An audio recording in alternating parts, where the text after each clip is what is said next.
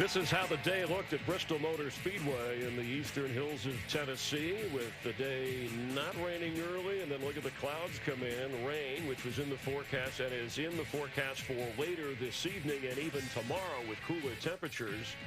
And that's why we have had the delay to the start of the race, but the fans that have hung in are excited to see who will be the winner today. Fourth race of the season. Over the first three, we've had three different winners, and pretty much you win, you're in that chase. Dale Earnhardt Jr., Kevin Harvick. We appreciate Brad Keselowski in Las Vegas dropping by, and one of the favorites, at least according to your Connect fan vote. Michael Waltrip, what effect will the rain have on the track now that it's been dried and the extra time to delay? Well, all the rubber has been washed off the track, and Friday in practice when it started and there was no rubber on it, we saw a lot of loose race cars. Everybody picks that guy right there. Brad Keselowski is the favorite. Asked Kevin Harvick when he was leaving the Hollywood Hotel early, who do you think? He said, two's got the car. So Brad's got a great car, but as this track changes, how will they adjust to it? How will they make that Ford better and better as the day goes along? That'll be the question to answer. And Denny Hamlin told us earlier, he said, we're ready for the cool temperatures. But I'm amazed, Michael. I know track position important here, but we haven't had a pole winner win a cup race in the last 9. So starting up front is important, but it doesn't guarantee anything. Well, it just shows you how competitive it is. Winners can come from anywhere. We talked to Brian Vickers on the grid there, starting 38th. What did he say just before he finished?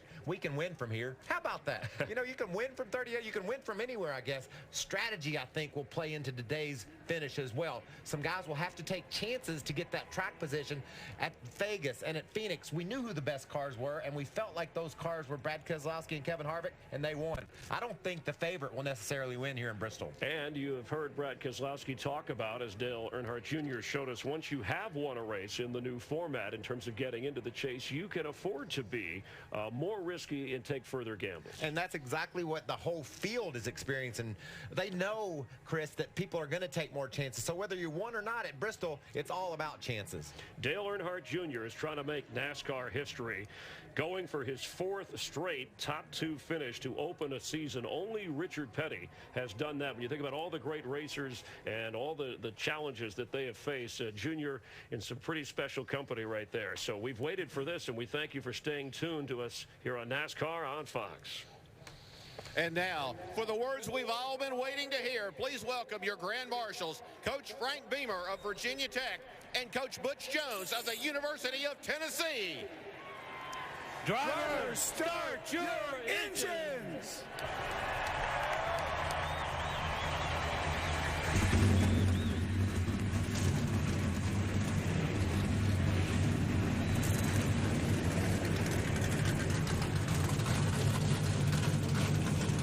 Battle at Bristol ready to begin, and we're ready for 500 laps and hope the weather holds up. Let's head upstairs. Darrell Waltrip, Larry McReynolds, and Mike Joy. Thanks, Chris. I think we're in good shape to get this done. And, Darrell, I know you drivers, you're like the Firehouse Dalmatian. When the bell goes off, you're ready to go, and now we're ready to race. But as a 12-time winner here, give these fellows that are about to race 500 laps here couple of pearls of wisdom. Well, the first thing is, the worst thing you can do to a driver here is tell him there's a bit of an urgency in the air. You don't really need that. Here's the thing. You've got to work on your car early on. This track is so different than what they practice with. So you got to work on the car, and you got to communicate. We talked about it in a pre-race show. You got to listen to the crew chief. You got to listen to the spotter, and you got to listen closely. That spotter is your key to your success here. You can't have a car looking underneath of you and cut down in front of him. He takes you out. So communication early on, work on your car. But these drivers are nervous. They're worried about the grip level in this racetrack to start, and that's going to be a problem for some people. So these first 50 laps may be somewhat tentative before the competition caution, and everybody gets to make adjustments. But, Larry, having that break at 50 laps, how does that affect the next 450 laps? Well, it's going to obviously give you an indicator of what you have in that race car. And they're going to have to be very aggressive, I think, with changes on that first pit stop, if indeed that's when they do it at lap 50. But I think you have to be open-minded enough to know that, as Michael Waltrip was saying in the pre-race, as this racetrack gets more and more rubber, you're going to have to be aggressive enough to undo those changes. But the radar shows we're going to get it all in. You think he's nervous. I'm a lot more nervous about his grip level than he is. I'm about to break my microphone. I'm hanging on so tight. Your bags are packed. You're ready to go. And we're ready to race in Thunder Valley. You're watching NASCAR on Fox from Bristol, Tennessee.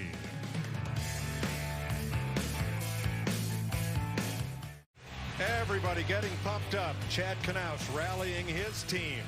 as we get ready to race in Bristol, Tennessee. Larry's wound up to 11. Darrell's highly caffeinated. We are ready to go. Let's get late-breaking stories from pit road. Matt Yoakum. Mike, Brad Keselowski is a stellar race car, great pit stall, and also a great crew chief on top of the box. In fact, Paul Wolfe told me he thinks the key today is going to be not only staying ahead of the racetrack as it changes, but also keeping an eye on the various pit strategies, which will play out through the course of the day. And on top of that, he says, I've got a driver who has a great balance of aggressiveness and also patience. Steve Burns. Well, Matt, Jimmie Johnson has a win here, but crew chief Chad Knaus admitted to me this morning that this is not their best racetrack. He also told me that they're a little bit behind in their preparation for this new race car because they were so busy battling for the championship at the end of last season. Krista? There are 4 pit stalls here at Bristol with an opening. Joey Logano qualified 4th, yet his crew chief Todd Gordon did not take the prime real estate. He said that being on the backstretch just does not give my team enough time to react to my direction and my changes. I talked with Joey Logano. He said, I trust my crew chief. I know what he's doing, and I think I've learned something for this race.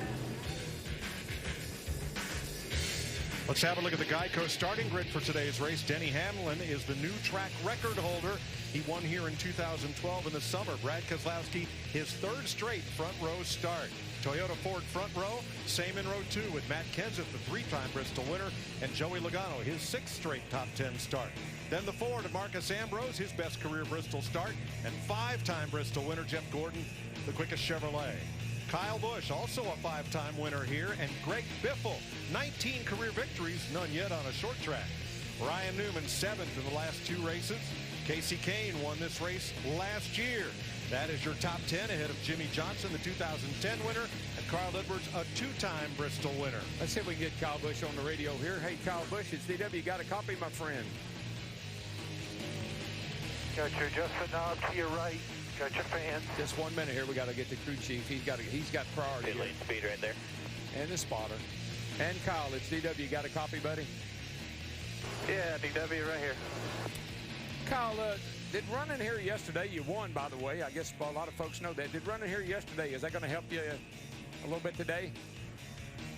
I think so, a little bit. You know, it gives you a good taste of what the track does during runs and under yellow and all that stuff. And then, of course, just kind of fine-tuning your line. But I think the line's going to move a little higher today than what it was yesterday with these 4-horsepower Cup cars. So we'll see how the Skittles Camry reacts to all of that and see if we can't have a good day and take the rainbow.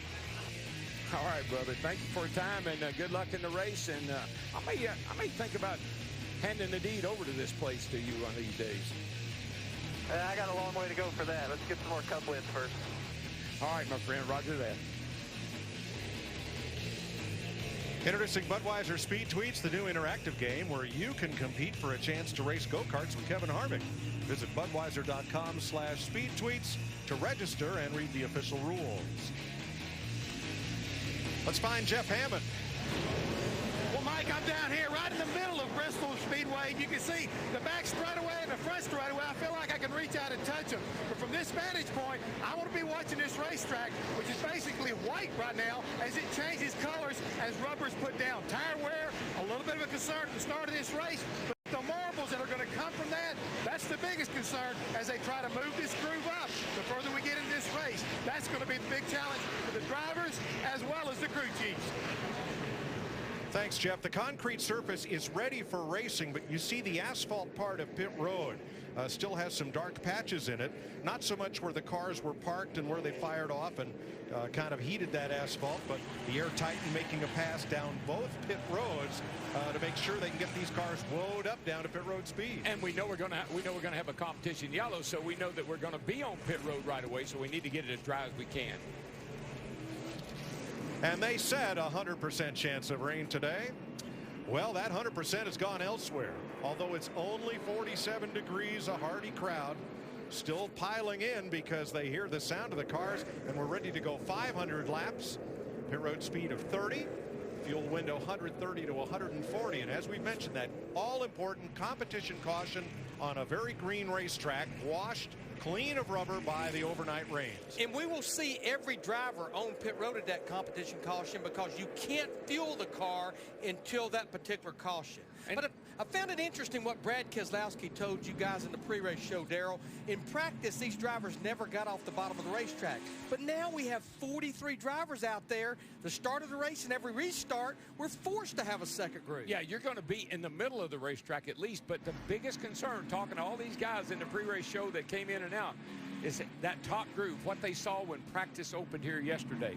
That top groove is slick until you get rubber in it. It has no rubber in it. You get forced up there, yikes, could be trouble. NASCAR saying lap and a half to go, so here's today's Ford EcoBoost track facts.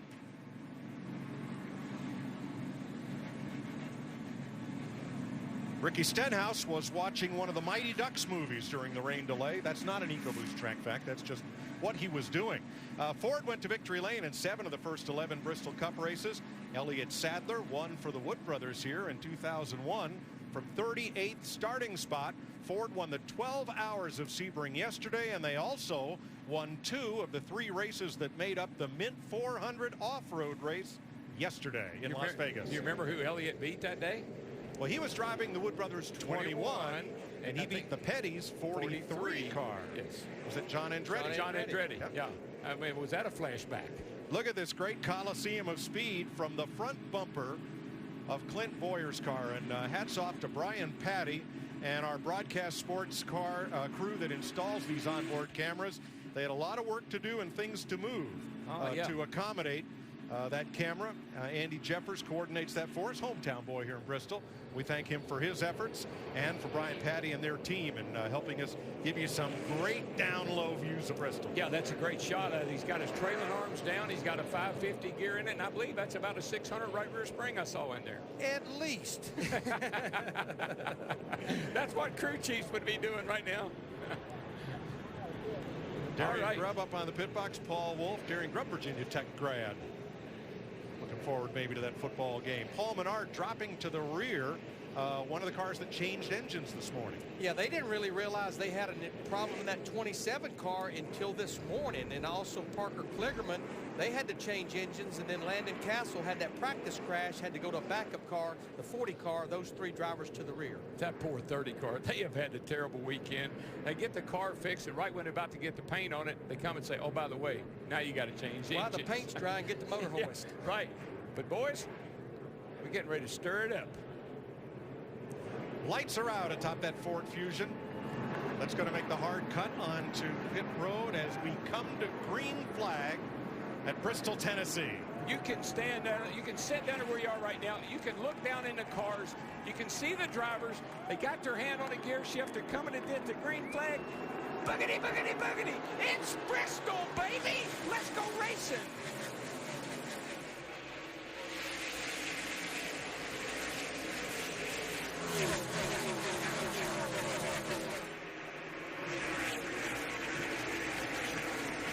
Pole sitter Denny Hamlin leads the first lap by 3/4 of a car length. Here's the challenge on the outside from Keselowski. Gets a run off turn 2, pulls alongside and dives it into 3. Yeah, it looks like that top groove, is right there for Keselowski. What a great move on his part to get the lead from Denny Hamlin right away. Joey Logano right behind Hamlin and side by side for 4th. Matt Kenseth in the 20 with Jeff Gordon. Yeah, Jeff Gordon, that 24 car, a lot like Brad Keselowski in the 2. He is making that middle groove work as well. He'll take the spot away from Kenseth. Yeah, that 11 car, he got up off the bottom. You see there, the car got really, really loose. He and Jeff Gordon make contact. 11 out of the groove out the bottom is loose. If Jeff Gordon didn't jump out of the gas and onto the brake, that would have been a huge pileup. That was going to be our big one. Yeah, well, already Jeff Gordon, you see his right front tire. They did make pretty good contact. Kyle Busch closing in on this duo. And you'll see on the back of Hamlin's car there a good bit of a wheel mark on his car. So quite a bit of contact, even though it didn't look that bad.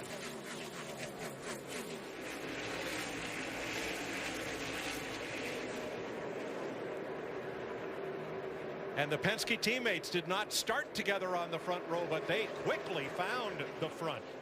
Dale Jr. flying through the pack. He just whistled past Carl Edwards on the outside. You know, I like what Brad Keselowski said in the pre-race show. When I think of guys that like to run the high line, the first guy I think of is Dale Jr. And there he is, right around the top. Yeah, remember, he started back in the 14th position, and he's already working on cracking the top 10. Wasn't real happy with his car yesterday in practice, but looks like, at least for now, a 88 car is pretty good. Matt. Larry Mack, they can make the car loose or make it tight, but they just could not find the speed in the race car. A number of changes to try to make it better for today. Steve Letarte told them, we're going to approach this as a 50-lap sprint race.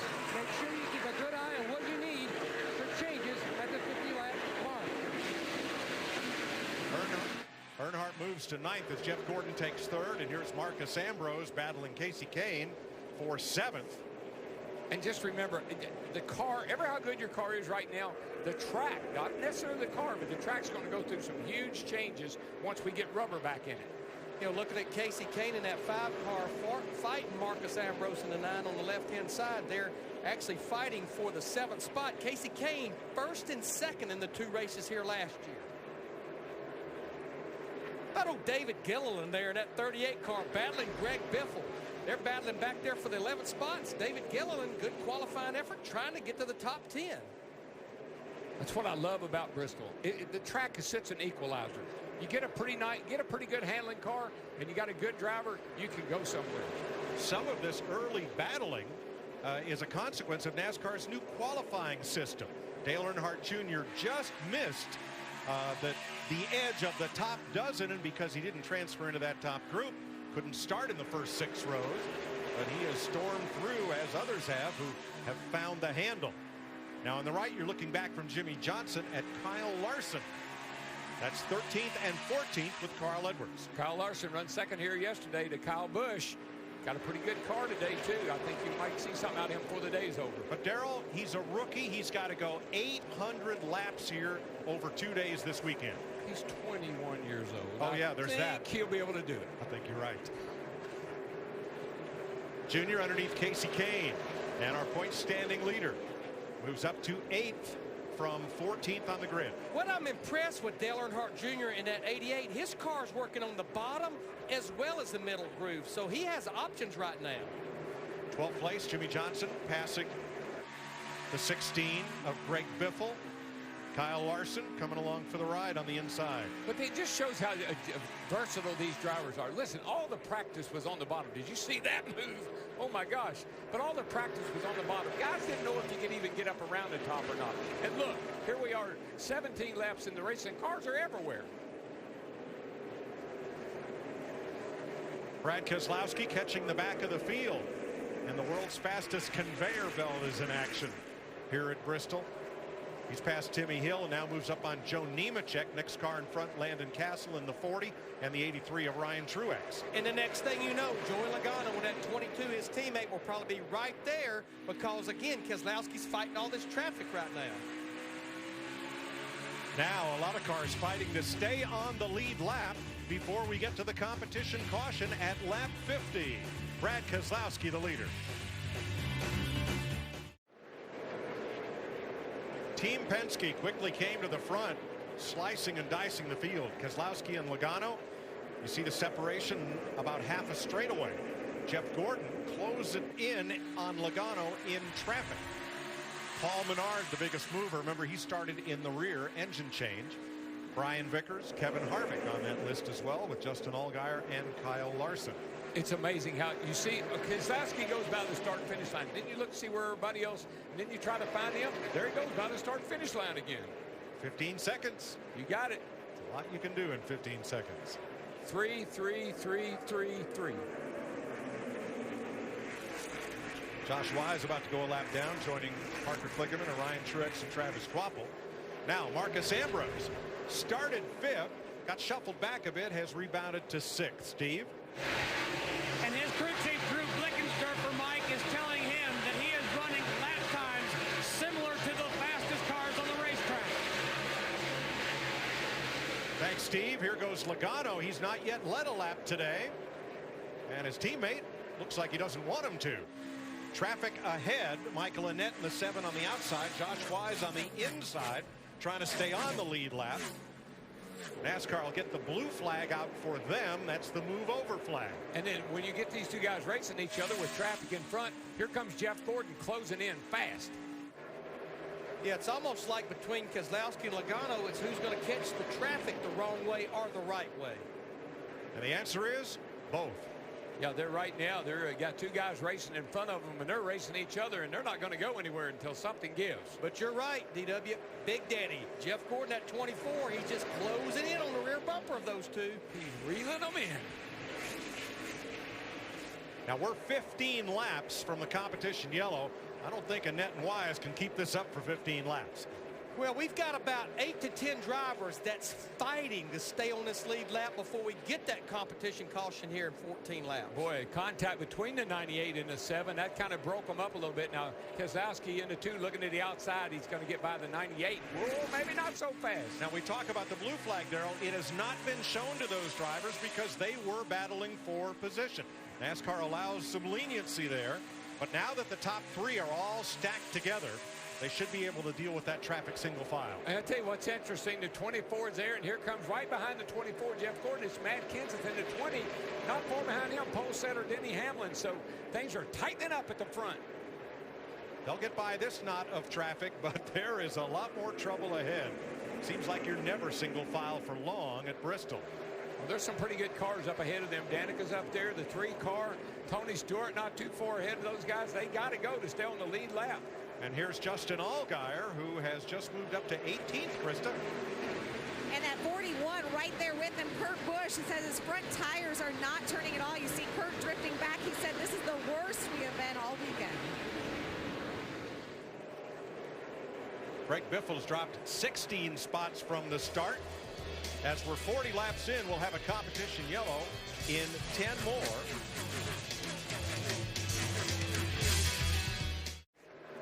Joey Logano, the leader, trying to carve his way through traffic. That cost Brad Keselowski the lead, and it cost him 2nd and 3rd place to Matt Kenseth and Jeff Gordon. Now the competition caution this time by, and Logano got heat here from Matt Kenseth. He wants to steal the lead before the competition yellow, which will occur as the field cycles through here at lap 50, side by side, and caution is out. Woo! I believe Logano retained the lead. Yeah, he did, but it was by inches. I tell you, Matt Kenseth wanted that lead. But I tell you who wanted that caution was drivers like Danica Patrick and Michael McDowell and David Reagan. They were just about to go a lap down. McDowell did an amazing job to stay on the lead lap. He raced that 22 car lap after lap to stay on the lead lap. Nice job by McDowell. A nice job by Reed Sorensen in the 36. Once lapped, he stayed with the lead pack. He's the first car 1 lap down. He'll get the free pass. I think with this many drivers on the lead lap, we're going to see some drivers roll the dice, maybe with just right side tires. But with as green as this racetrack was with no rubber, I'm a little concerned about left side tire wear. I would come in and get 4 tires. That's what I do too, Larry. Right now, do it now and see what we got. Under caution at Bristol. All cars must enter the pit road from turn 2 and cycle all the way around and exit the pit road at turn 1. That's under caution. Under green, if you're pitting on the back stretch, you come in on 2, go out on 3. If you're pitting on the front stretch, come in off 4 and out on 1. Pits are open. Steve. Marcus Ambrose hits pit road. They're going to give 4 tires to Larry Mack's point. Drew Blickensderfer said 2 are too risky. They're not rolling the center as well as they want. Mack. The last stall on the backstretch pitch is Brad Keselowski. You saw him fade from the lead back to 4th. He said he needs help on exit. Joey Meyer, spotter, noticed that as well. Meanwhile, the 20 of Matt Kenseth really moved up right near the end before the competition caution. He's in the middle. He said he needs the most help trying to get more front grip to help it turn. Krista. Leader Joey Logano said his race car is pretty good, center and exit. He told crew chief Todd Gordon, I just need it freed up a little bit. They do that with a track bar adjustment. Look at Logano's choice of pit stall down in the lower right. The stall in front of him is occupied, but by a car that's already gone a lap down. So he got a great exit, and trouble between David Reagan and Jeff Gordon. My goodness. Looked like a lot of damage on Jeff Gordon's 24 car. Jimmy Johnson rolled the dice, 2 right side tires only. Got him the lead. Jeff Gordon pulling out. David Reagan trying to get in. Whoa there. We're under caution at Bristol. Jeff Gordon entered the pits third, but he will restart 35th after a collision on pit road, colliding while exiting with an entering David Ragan. There's the damage to Ragan's Ford. Jimmie Johnson with just left side tires on his pit stop. Got himself out front with the lead. Joey Logano, Matt Kenseth. Got him a nice jump there. Thought we might see 4 against 2 to see how they stacked up, but Jimmy knew that was coming. He took off. Yeah, they elected, I talked about left side tire wear, they elected to change just the left. Denny Hamlin in fourth, fifth side by side. Kyle Busch underneath the two of Brad Keselowski and Dale Earnhardt Jr. Knocking debris in turn 2.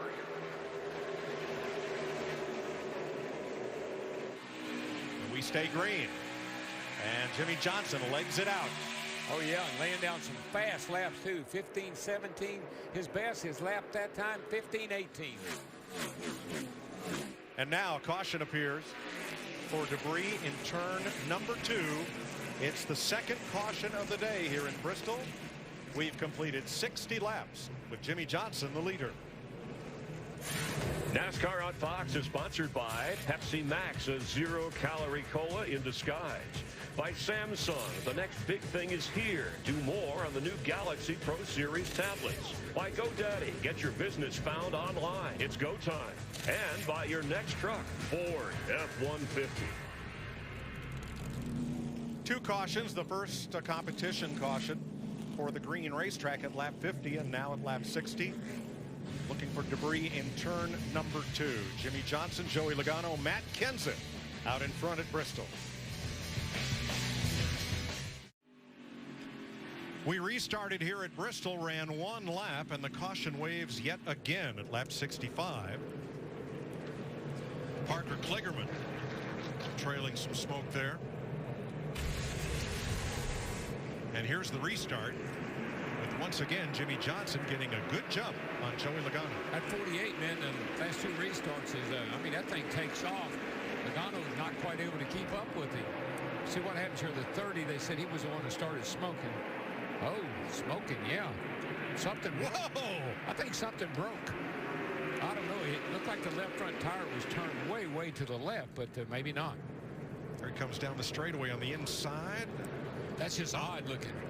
Darrell, that looked to me like no brakes. The car wouldn't slow. No, look at the right front. Look at the right front. Something in the steering broke.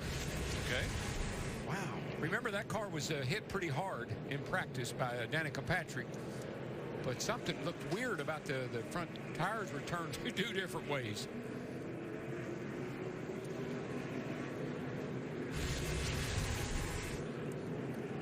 So watch from Clint Boyer's car. That's picked up a bunch of trash on the racetrack. Yeah, there was all kinds of things flying around. And what was that? Some more debris being picked up. Hey, fella, turn around. Yeah, so I don't think anything happened to his car. He ran over something, and I think what he ran over might be what the safety worker has there in his hand. What a weekend he's had. Got hit 2 minutes into practice, tore up the right side. As they had the car all fixed last night, the team said, oh, we have to change engines. And now this, Jeff. Yeah, the thing about it, Mike, when you take a look at what went on with that 30 car, Parker Kligerman, look over my shoulder up here at the top of the turn 4. What do we see? Only gone 60 laps, and we've already got the dreaded marbles have come back. They've really peeled the rubber off these tires early in this race. Now, look for that to calm down as we go further in the race. The racetrack starts kind of like rubbering up more and more, but early on, this is one of the things that the crew chiefs are worried about, is how these tires are wearing. Thanks, Jeff. 68 laps in under caution. That's...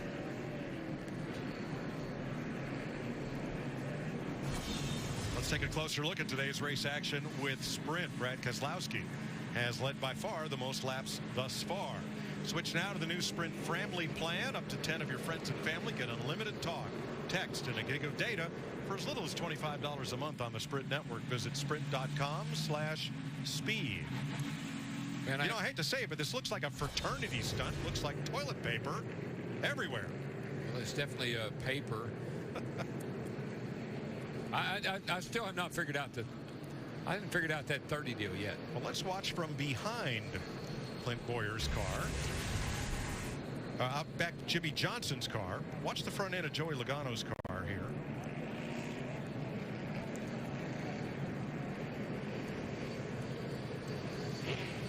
Wow, he ran over something. And that was yellow, and whatever that track worker picked up was yellow when he picked it up on the back straightaway. Yeah, but what was when the 30 was going down into 3 back there? I mean, all that white paper we see there, where did that come from? Well, that's a mystery. But Darrell, he did not have Parker Kligerman did not have a problem with his car as far as a mechanical. He didn't even pit that time. I know. When I was looking at the wheels were turned kind of all over the place. But I think maybe whatever he ran over just for a split second got caught up in the steering. That's why that thing went dead to the left down to the apron, and then it came out. Makes sense.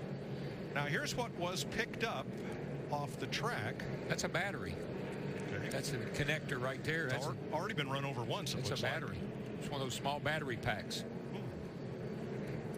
And again, I think when Parker Kligerman hit that, just for a second, it was locked up in the steering. It must have been, because the car just took a real hard left, and then the wheels were going all different directions. That's pretty bizarre, even for Bristol. Well, think about the poor guy you mentioned that he gets hit in practice. He's coming off a corner, minding his own business, and Danica comes and slams right into the right side of it. So then they get that fixed. And guess what happened yesterday afternoon late when they were just finishing up the car? Oh, by the way, we're going to have to change the motor. So they have had their share of luck, bad luck this weekend for sure. Well, we'll call this a debris caution, but here is Alex Bowman, who has stalled down at the bottom of turn 1. If your car won't crank. If you don't have a battery and your car won't crank, I might be the villain right there. He's got to push to his pits. Not sure if he's running or not. And yet all of this wadding keeps coming out of somewhere. I don't understand the white paper. Where'd it come from? In the batteries in these race cars, they are located in front of the left rear tire. There's like a box there with a door on it that normally has cam locks, and that's where the battery or batteries are located. They're just now figuring it out, Larry. They said, well, the ignition, there's no fire in here. And if you notice, they just pulled the left rear tire off of Alex Bowman's car right there. Oops. I mean, I don't know how many teams would have a spare whole battery pack laying in the pit, you know? Most teams will, no question. In case the battery went dead, you'd have a spare. But it ripped that thing out of there. So they'll make repairs to the Bowman car as Josh Wise gets the free pass on this third caution of the day. So perhaps we should charge the 23 with that caution period for losing a battery. And the number 30 of Parker Kligerman spinning.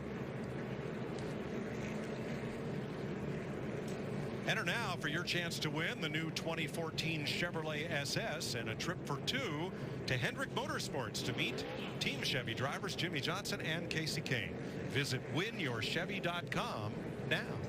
One thing these cautions will do, it'll help Joey Logano a little bit, because the last 2 restarts, that 48 has jumped off. Just got a big jump on him, so it gives him a chance to figure out what Jimmie Johnson 48 car is doing, because he's getting away in a hurry.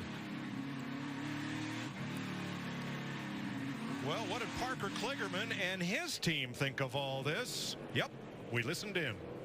Caution's out. Caution's out. Geez, you run all over debris down there. I mean, what they want you to do, you got to check up. I had to stop. I called the caution, but didn't turn the light on. Well, the good thing is Kligerman can continue. Now, as he's coming by, caution lights get ablaze, and off he goes. Saw a big pile of that debris head off toward the wall. Larry, I think what I was seeing was those wheels cut. I think you're right. He couldn't get the car to messed up something there momentarily. Steve? And Mike, just wanted to confirm, we went down to the 23 pits. That was, in fact, the battery that came out of their race car that was on the racetrack. Thanks, Steve. It was a mystery. And at 75 laps, we're going to go back to green with Jimmie Johnson, Joey Logano up front.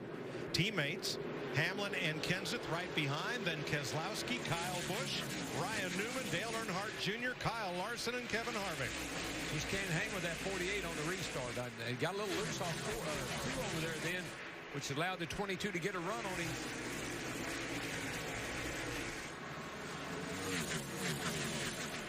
Yeah, Jimmy Johnson's 48 car is just making the outside work, as well as Matt Kenseth in that 20 car as he's side by side with Logano.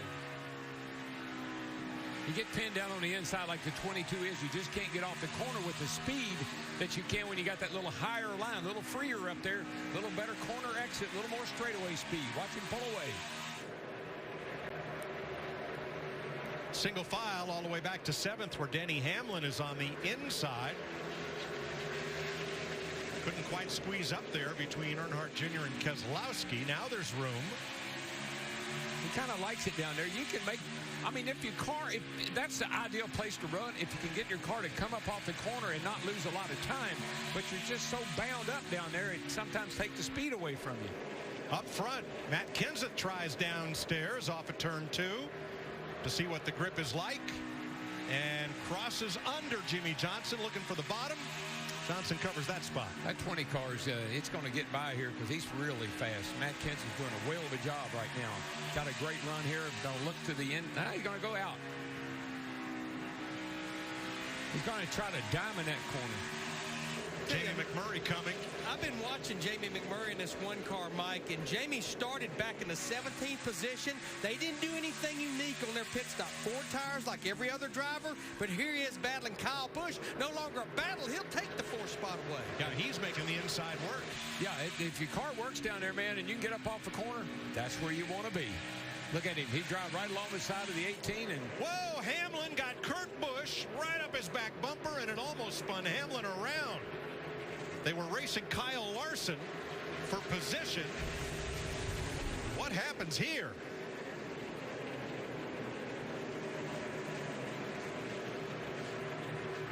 I think the 11 got loose, and just enough that 41 and Kurt got into the back of him, but no harm, no foul. They continue on. That's just good Bristol racing right there.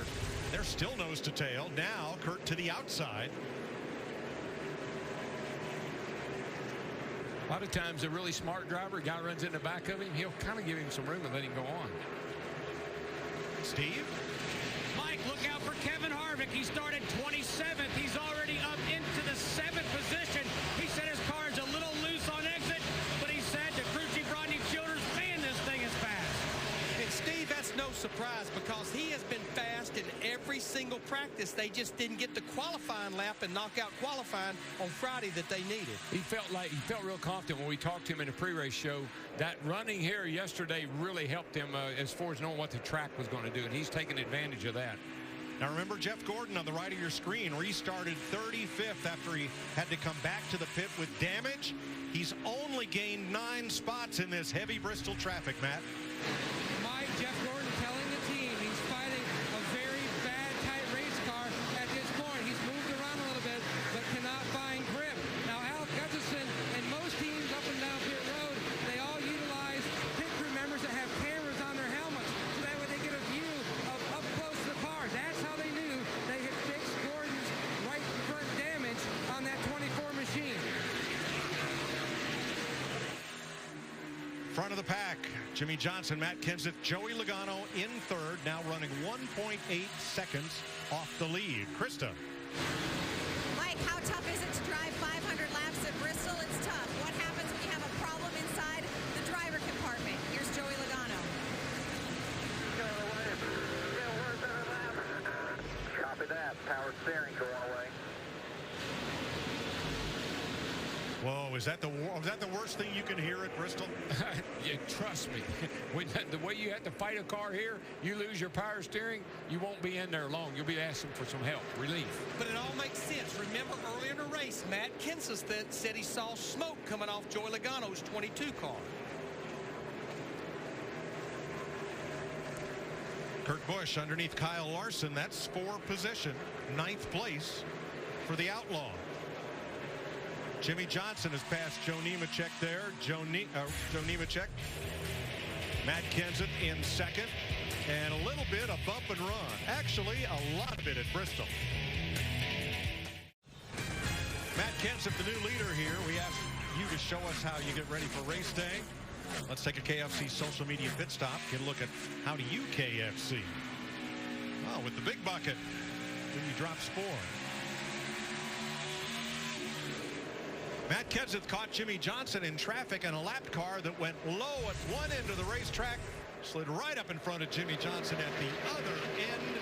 Advantage Kenseth. Advantage Kenseth for sure, but you know what I really am impressed with? That 48 car took left side tires on his last stop. Was questioning that call, which why would you ever question Chad? Seems to be working pretty darn good.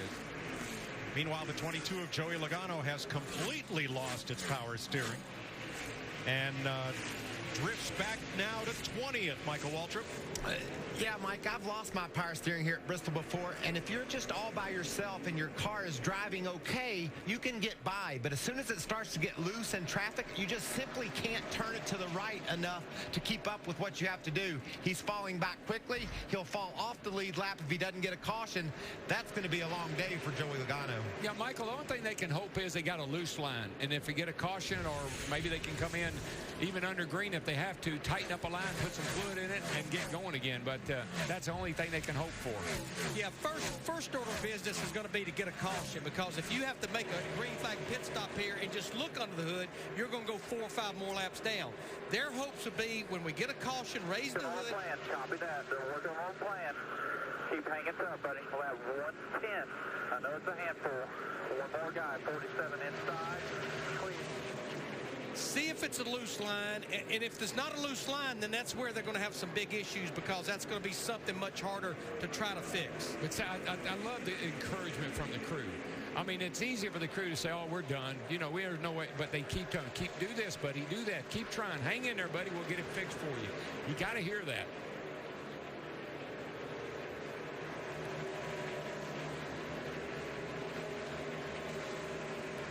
Logano continuing to drift back. He's going to lose a lap to race leader Matt Kenseth here soon.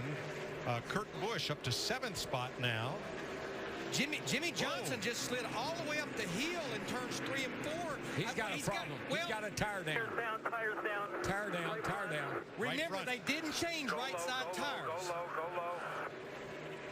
We come, fellas. Now he can pit on his side of the pit road. And boy, he's going to have to.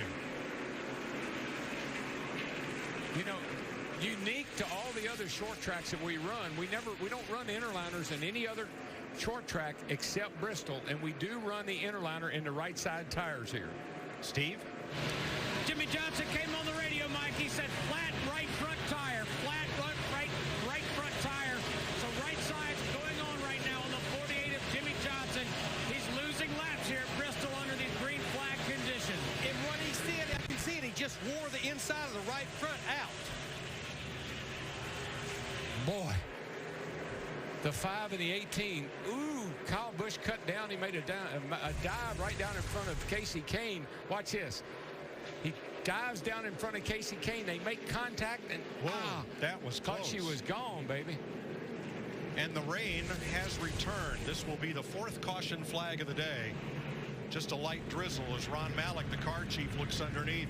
A bit of flames there from the rubber that was caught up under. They get Jimmy back out. Last year, Bristol was not kind to Jimmy Johnson. He finished 26th, 22nd, and 36th in the 2 races here. They just get so aggressive with the setups on the front end of these race cars, and with the cautions, that was almost 100 green flag laps on that right front tire that just wore the inside of the right front out. And what makes a car cut is when you lean that right front tire in and you run on that edge. That'll make that car cut through the center of the corner, but you're going to use up the inside of the tire, and that's what happened to him. Looks like Joey Logano is in the free pass position. He had just been lapped by race leader Matt Kenseth. Now, even though this is for a little shower, we'll see all of the leaders hitting pit road, and based on what we just saw with the 48 car, it'll be 4 tires. I think so. Pit road's open. And Logano will not get the free pass because he's entered pit road. I think he's more concerned about getting his car fixed. They need that time right there to diagnose this problem. Exactly. Steve. Jamie McMurray and Kevin Harvick pitting nose to tail here on pit road. McMurray is going to take 4 tires, as does Kevin Harvick in the 4 car. You see Harvick had a little bit of problem getting into his pit box. 4 tires for both drivers. Matt. And the 20 of Matt Kenseth said, if anything, his car started out a little bit on the free side, but came in tight 3/4 mark of the corner. Air pressure pressure adjustment. Krista. Kurt Busch had said his car was awful to start this race. They made a big adjustment on their first stop, and it helped immensely. But he said, watch out for my left front. I have had excessive tire wear. We knew the aggressives were on the left front. We knew that was going to be an issue, especially with rubber not being able to be laid down. Thanks, Krista. Matt Kenseth, easily the first one off pit road as the hood is up on Logano's car, and they try to work on that power steering program. Nice job by Jamie McMurray's crew. He is out second, then Brad Keselowski, Kurt Busch, and Dale Jr. Remember, these cars have 200 more horsepower than the cars that ran here yesterday. They use up the tires. They're faster. They use up tires more. Jimmy Johnson gambled with left side tires only on the previous pit stop, and the right front went away. NASCAR Sprint Cup Racing on Fox is sponsored by Budweiser. Great times are waiting. Grab some Bud. Matt Kenseth leading under caution for a light sprinkle here in Bristol. They're your Toyota top performers, Kenseth, Hamlin, and Kyle Busch. We'll be back to Bristol. You're watching NASCAR on Fox. We're at the quarter pole of this 500-lap race. Let's take a closer look at today's race with Sprint. Active leader in career short track wins is Jeff Gordon with 16. Remember, only 6 short track races per year in the Sprint Cup Series now. Switch to the new Sprint Family plan. Up to 10 of your friends, family, frenemies. You can all get unlimited talk, text, and a gig of data for as little as $25 each per month while on the Sprint network. Visit sprint.com/speed or a Sprint store and start your family today. 124 laps are complete at Bristol. Welcome back to Bristol. Still a little heat here, but the racetrack has become wet once again. We are under the red flag for rain. Some of those tear-off windshield pieces being checked over there. And Jimmy Johnson sits 39th because of the right front tire that failed. Had it been on there too long? Good question. Another driver in trouble, Joey Logano. No power steering for his number 22. Here's Krista. Yeah, and you mentioned Jimmy Johnson. He just walked by, came up to Joey Logano and said, what's wrong? Joey told him power steering. He immediately grabbed your bicep. How much pain and how hard is it to drive like that? Well, I'd say 500 laps is going to get a lot longer than I thought it was going to be around here, but Ty Gordon and the guys are getting a plan to put it together. You know, there's so much load here. The car's pressing down so hard on the racetrack, it makes it so hard to steer. It feels like it's working against you. You know, I was already huffing and puffing in there pretty hard trying to get the thing to turn, and it's just you can't be quick with it. That's the biggest problem, so you can't go fast. If you get loose or anything like that, you can't steer the car to the right and then back to the left quick enough that you get yourself in a bind and you crash. So it's just kind of limping until you can get to caution. We got lucky because we got that lucky dog. We're back on the lead lap. It may cost us a lap trying to fix this thing, but we got to do what we got to do and then just try to recover with lucky dogs and wave arounds. And we got a fast car, so we were up there leading laps, and it was intermittent for a while once we restarted behind Jimmy and Matt there, but and it just went away. So we'll just have to fix it. And the good thing is 130 laps into this thing. We got a long ways to go. Bad news if we can't fix it. We're only 130 laps into it. So either way, we got our work cut out for us today. All right, thanks, Joey. Chris? All right, thank you, Krista and Joey. And if you tuned in a little bit late, there's some showers passing through the area. We had an hour and a half rain delay, but the Air Titan dryers were out, caught a break with some sun, and the Grand Marshals head coach Butch Jones of Tennessee, Frank Beamer from Virginia Tech said, let's fire up the engines and go. And once they got going, some hard racing early again to make this race official. You got to get at least halfway, and then if the rains come and they call it, that's the way it goes. Michael, lap 52, Jeff Gordon. Yeah, he's pulling out of his pit and collided with David Reagan. They went to the back of the field, Chris, but they've recovered. He's up to 16th now. Alex Bowman, the rookie, loses a battery. Parker Kligerman with some trouble running over that debris, and there is the battery that brought out another caution. They had a competition caution early, and there's Alex Bowman's car without the battery. And look at the move by Matt Kenseth out in front of Jimmy Johnson. Johnson. And then Jimmy Johnson, they had a decision to make on the recent pit stop. Chad Canals decided to go with 2. There was some question about that. And then the right front tire problem hurts Jimmy Johnson. So Kenseth is your leader, followed by Jamie McMurray and Brad Keselowski, who has led 40 laps. Jimmy Johnson has led 44. How about that tire decision and the ultimate result? Well, obviously, the tire couldn't stand up to not being changed, so he gambled a bit. Chad Canals did. He said, take left side tires, Jimmy. We'll get the lead. That worked perfectly, but the tire blew out, and now he's a couple laps down. Let's check in with our leader, Matt Kenseth, who's with Matt Yoakum. And all 3 Gibbs cars top 11 at this point, and you had a chance to talk to your teammate Kyle Busch, comparing your car and his. I don't like to compare our cars. Yesterday, we took off just like this, and, he pretty much cleaned our clocks for the last half of the race. So we're just talking about the track conditions a little bit and kind of what we were feeling out of our cars compared to what we were looking for. What stands out most to you about the feel that you have in the 20 machine at this point?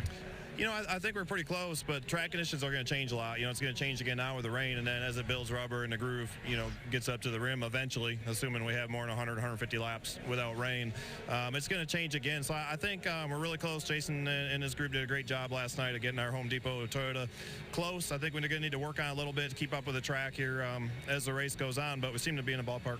Thanks, Matty. Thanks. Steve?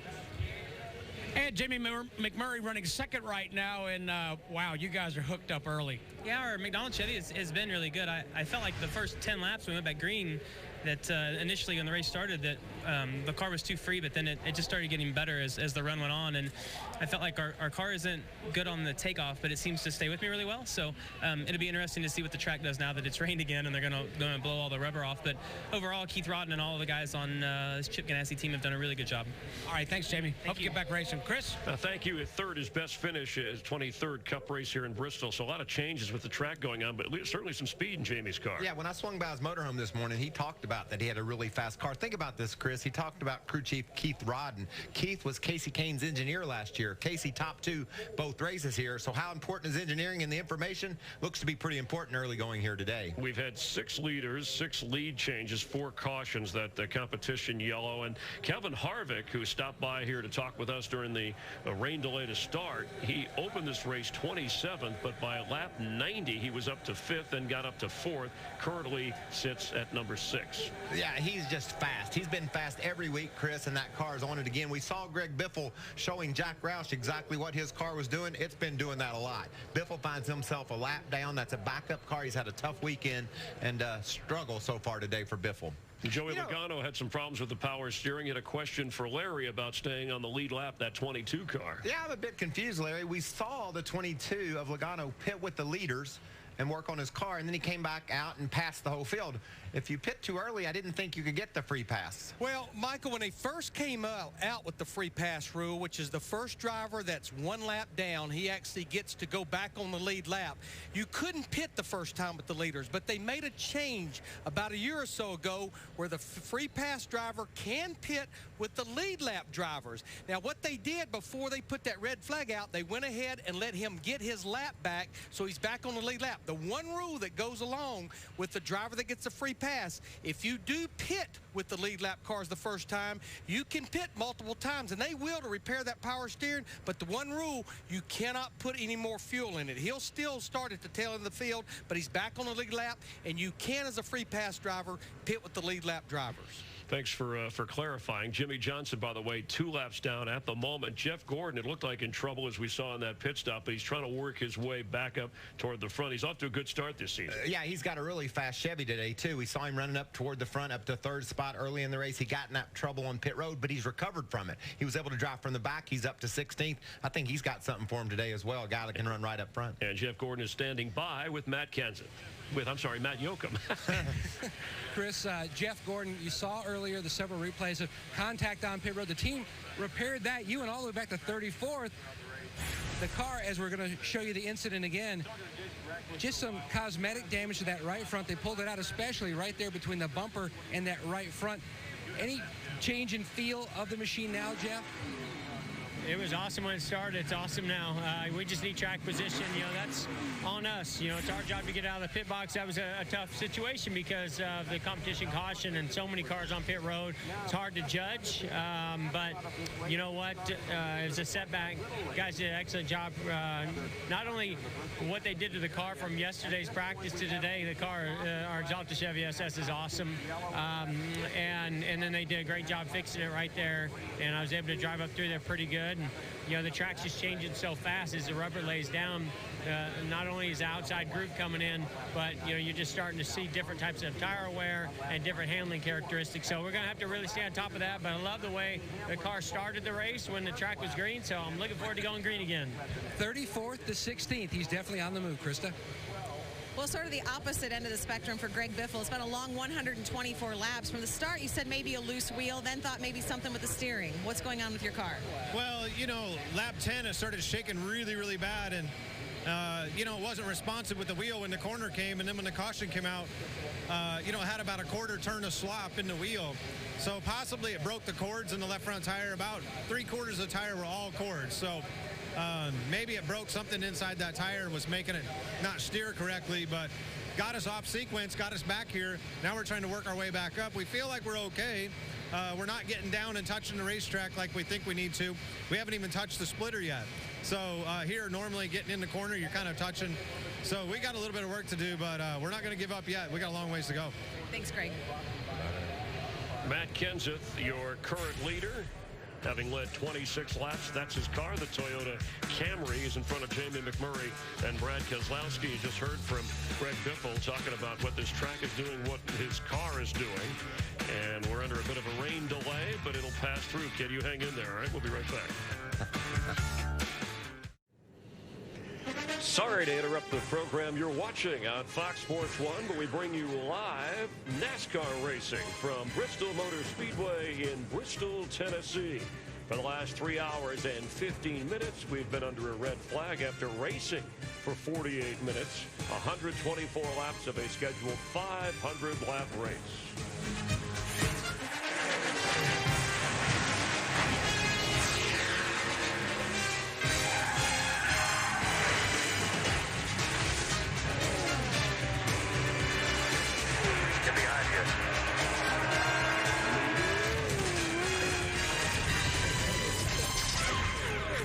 Dale Earnhardt Jr. hoping to make history with a fast start. Can Brad Keselowski win back-to-back races? For the first time in his career, will Matt Kenseth win back-to-back Bristol races? He won this race, has 3 victories here, and he in the 20 car is your current leader after 124 laps.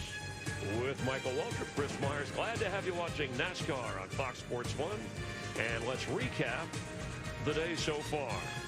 On the lead lap, 6 different leaders, 6 lead changes. We had 4 cautions, and this rain delay after a near 2-hour rain delay to start the race when we had Brad Keselowski starting up front.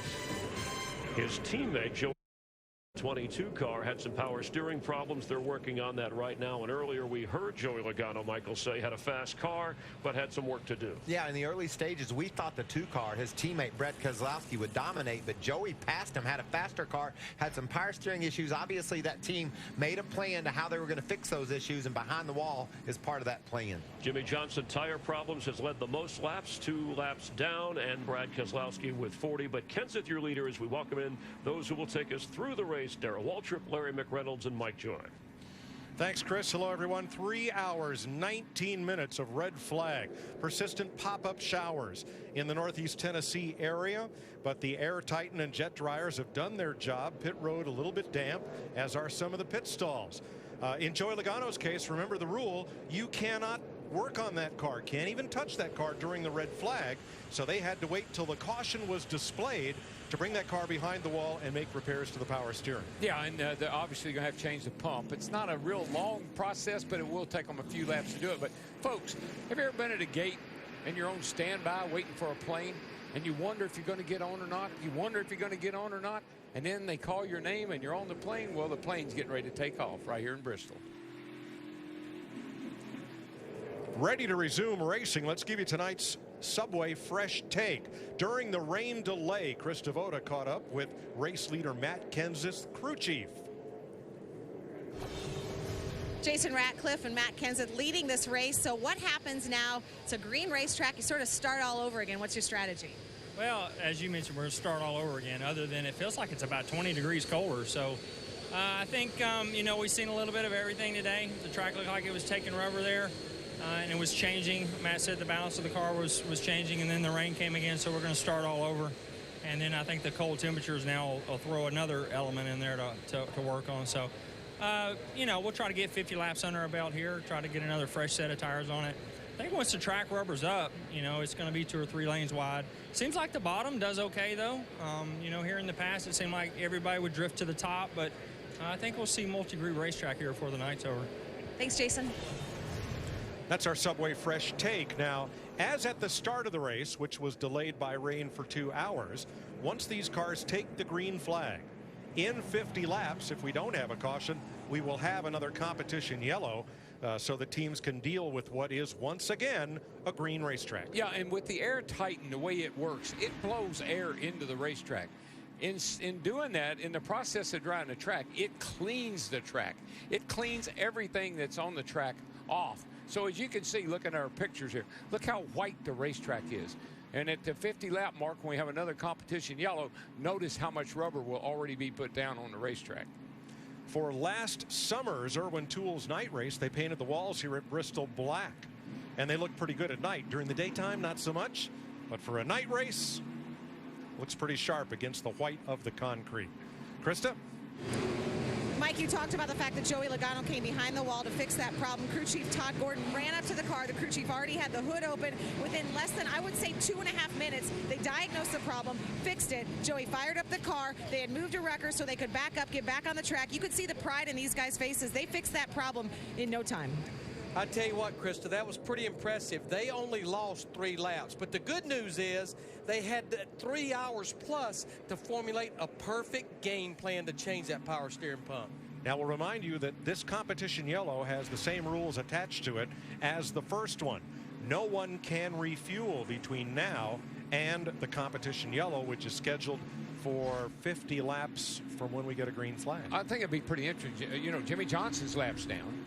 Now, Logano is laps down, and these guys are going to have to cut their way through the field, and they'll be trying real hard to get into that, get that lap position or take a wave around or something to get back in this race. Which is what Jimmy just did. He took the wave around to get one of those laps back. I think 6 cars took the wave around, including David Reagan, who gets back up on the lead lap, and Michael McDowell also. Well, they're still behind the pace car right now. They can't actually do the wave around until we get the one to go, but that's the plan, Mike, is to get, in the case of Jimmy Johnson in the 48, get at least one of those laps back. Right, everybody in front of Matt Kenseth, the number 20, who is the race leader. 370 laps to go, and if you're watching the clouds, 120 to halfway. And the biggest thing, yeah, the racetrack surface is very similar to the way it was when we started this race. But one thing that is much different is the weather. It's probably 10 or 15 degrees cooler, which is going to make that track surface a lot colder. Yeah, and that's a concern. I mean, getting heat in these tires, I think that was an issue we had here in practice on Friday, was getting heat in the tires so they could get max grip. So you're going to have to kind of tippy-toe here on the start, on this restart. A lot of sunshine and lack of clouds off to the west, but we're not racing over there. We're still under a very heavy cloud cover, and the forecast is still for the possibility of pop-up showers. So now, under this caution flag, once again, when pit road is opened, and that will happen just as soon as the track dryers have finished working pit road, they'll open pit road, you can then fuel. But once we go back under green, no more refueling until the competition caution, and that's to keep everyone on an equal footing. Yeah, we used to come in every time under a caution. If we're back to field, we'd come in every lap, top up, come in every lap, top up, just gain a little advantage. I don't know that we'll see a lot of the leaders coming to pit road because remember, they just pitted on lap 125 for 4 tires. So knowing we've got that caution in 50 laps, I don't know that we're going to see a lot of them come to pit road. Maybe some of the ones near the back. And that's what makes the wave around work so well right now. These guys are really not giving up anything much at all, and they're gaining back a whole lap. But NASCAR fans are a hardy lot, and we know you've noticed the thin crowd here tonight, due in large part to the forecast, which was 100% rain, and the temperature, which is in the 40s. But as pit road is open, you see the green flag there near the orange paint where the orange cone would be if he didn't have the weekend off. And so far, no takers on pit road. Well, again, two reasons. One, most of them were just on there before that rain actually moved in. And then the other, knowing that you're going to get that competition caution, which I think we'll see them all change 4 tires then. Parker Kligerman is in, Joey Logano's coming, and Timmy Hill. Those are the only drivers of the 43, and they're all on track, who are coming to the pit lane. Yeah, I think with the 22 car, they probably still got a little work to do, maybe sanding up some things that they did there in a hurry. And I don't blame them for coming down. They got nothing to lose. Remember, under caution at Bristol, you must enter at turn 2 and exit at turn 1. Under the green flag, you can enter and leave the pits on the side of the racetrack where you pit. So everybody getting loose and getting back in shape as we're ready to go racing. I think one reason Joey Logano in the 22 is pitting right here. One, he was at the back of the field. They never got 4 tires put on him. All they worked on even before the red flag was diagnosing what the power steering problem was. Looks like they're going left sides, Larry, and that's probably because the rights are pretty fresh and topping him up with fuel. So he's getting ready for trying to make a charge up through the field here.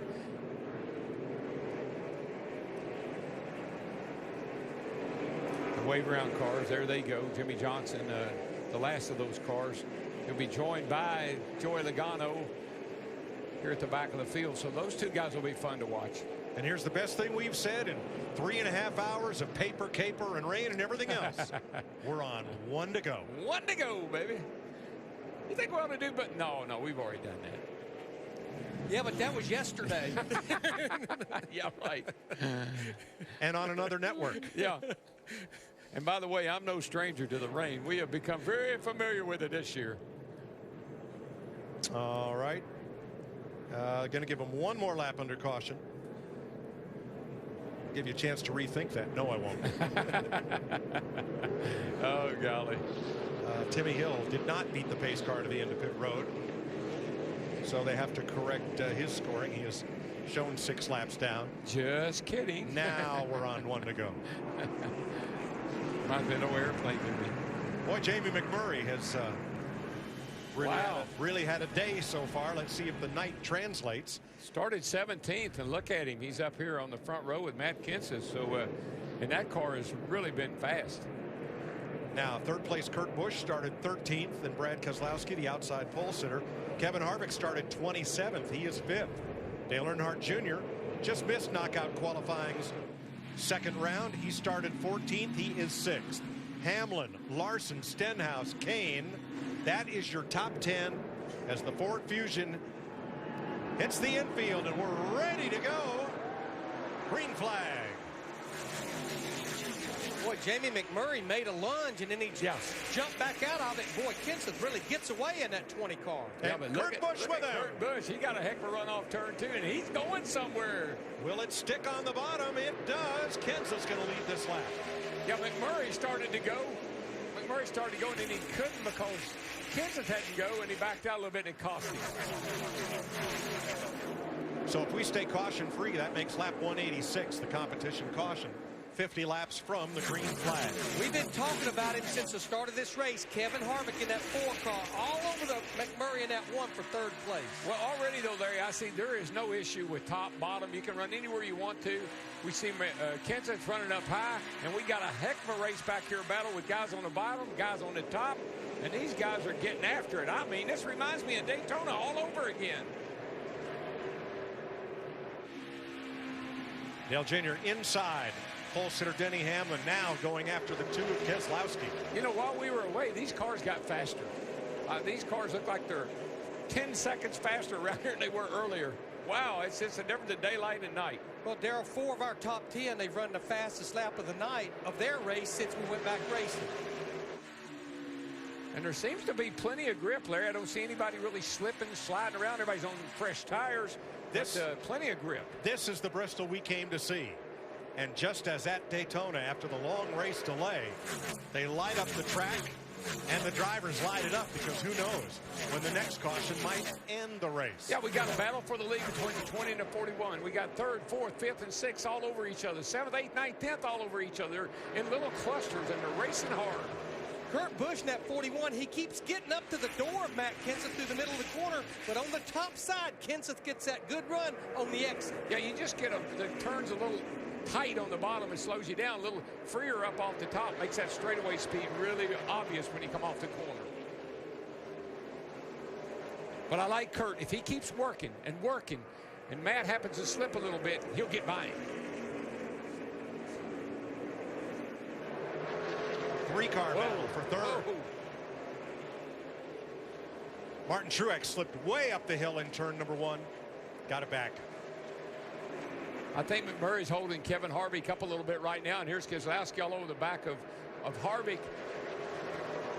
I think if Harvick can get by McMurray, he might could get on up there and maybe challenge our leaders right now. He's got a fast car. Daryl, I think the same thing that's happening to McMurray and Harvick is what's going on up there with Kenseth and Busch. I think Harvick may get the run down the front stretch this time.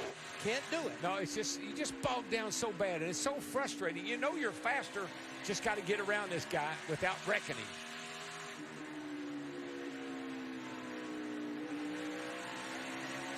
When you run so close together here and so fast, Larry, if you're all over a guy and he happens to lift a little bit or slips a little bit, you can spin him out so easy.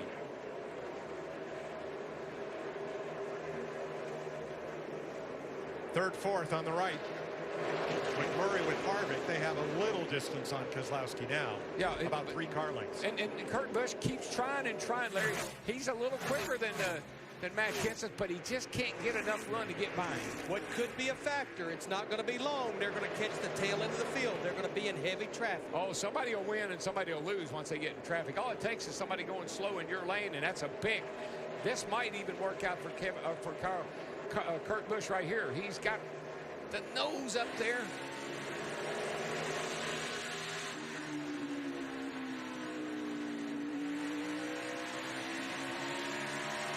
Matt Kenseth in that 20, he just keeps getting higher and higher at both ends at the racetrack. Well, it's faster and faster.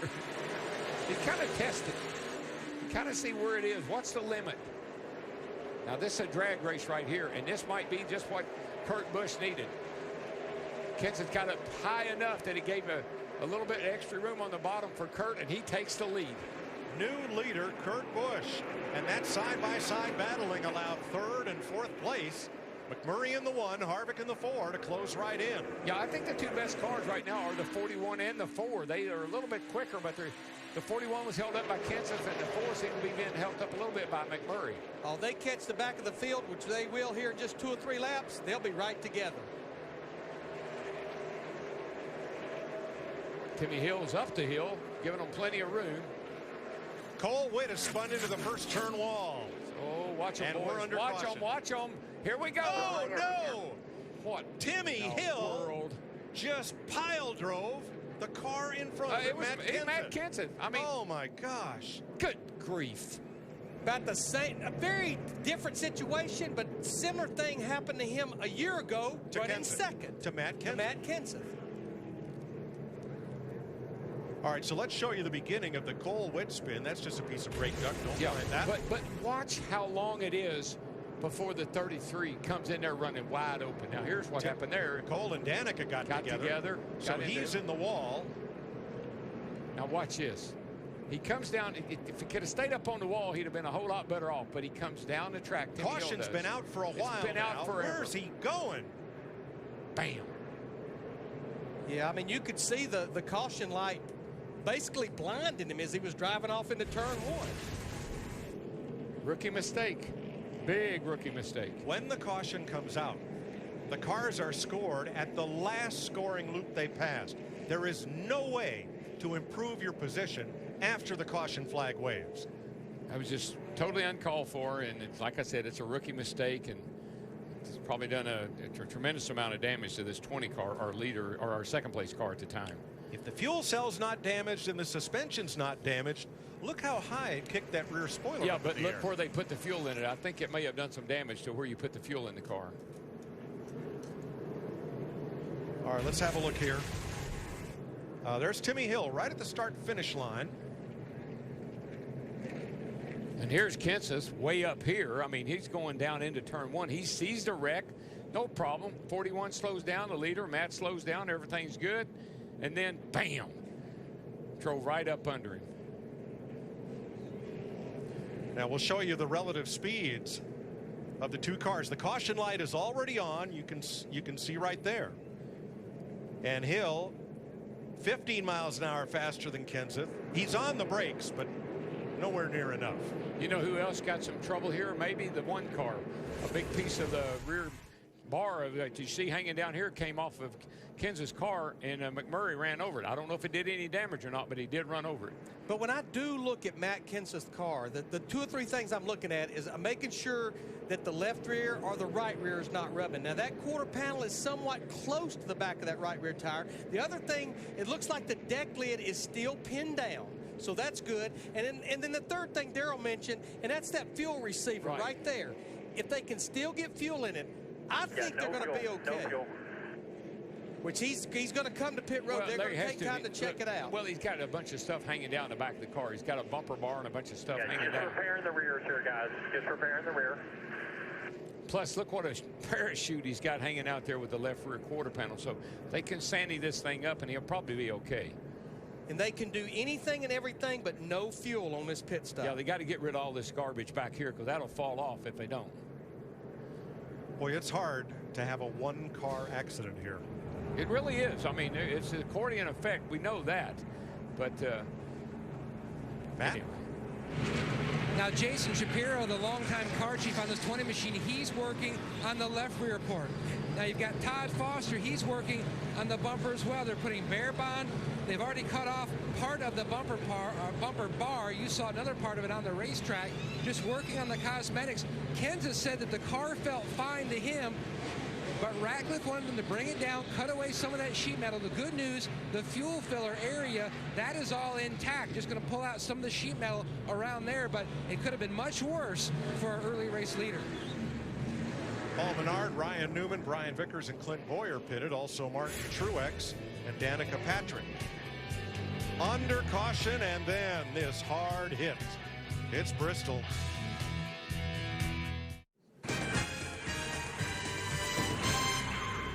.161 laps. Officially, it's the 5th caution flag of the day and evening. Kurt Busch was leading. Matt Kenseth was second. Danica Patrick and Cole Witt got together. Witt into the wall, and then Timmy Hill piled into the back of Matt Kenseth. Now, you'd expect him to be outraged, but listen to his calm as he assesses the damage. I got it in the nose. I got hit real hard in the rear. Spoiler looks okay. Check the nose. Nose should be okay, but I got hit real hard square in the back. Suspension, everything's fine, Jason. I tapped into the 41 trying to get stopped. Kenseth has been on and off pit road for repairs. Timmy Hill has been checked at the infield care center and released as they look at the damage on his car. Cole Witt's car. Heavy damage. He and Danica Patrick got together to initiate this just past start finish, and then he hit the wall pretty hard in turn 1. Yeah, it's a typical Bristol deal. Danica was on the outside, the 26 car on the inside, and he had her nose up alongside him, but he didn't know she was there. Matt Yoakum. Mike, Timmy Hill has come out of the infield care center. So walk us through what happened. Was there good spotter communication alerting you to the trouble ahead? Yeah, you know what? This place, things happen real quick. I seen the 26er spun down in turns 1 and 2. By the time I got the communication info, it was too late. I was on the brakes hard, and everybody was checking up. I got right in the back of the 20. It's just a late call, and I had no time and no reaction time to get there, and it's all on me, really. I just couldn't check up in time. Thank you. Yeah, thank you. I know Timmy. I've talked to him a number of times. He is a good kid, you know, and I know he hates that. But, boy, the spotter or somebody needed to be on that radio just a little bit quicker. Saw the piece of debris come off Kenseth's car that Jamie McMurray ran over. Hopefully no damage from that. Well, we asked you to show us how you get ready for race day. Let's take a KFC social media pit stop to take a look at how to UKFC at Cody Wilds Racing. There's Darrell and Brad. Boy, that was hours ago. It was. That was at lunchtime. We were KFCing right along then. And that's how you KFC. You know, back to Matt Kenseth, how calm he was. The thing about it, everybody can play off each other. If he's calm, that helps keep Jason Ratcliffe and that race team calm. And the same, if Matt gets kind of over the top, as long as Jason can stay nice and calm, everybody kind of plays off each other. I think especially at a place like this. But it's not unexpected, Larry. Getting hit from behind, that's the biggest fear you have here. You look behind you here like you do at Daytona and Talladega, trying to be sure nobody's riding your bumper in case you have an accident like that. Everybody's got time to get slowed down. So you kind of expect it. You hate it, but you kind of expect it. Well, we've talked a bit about the spotter's role here. Let's join Jeff Hammond.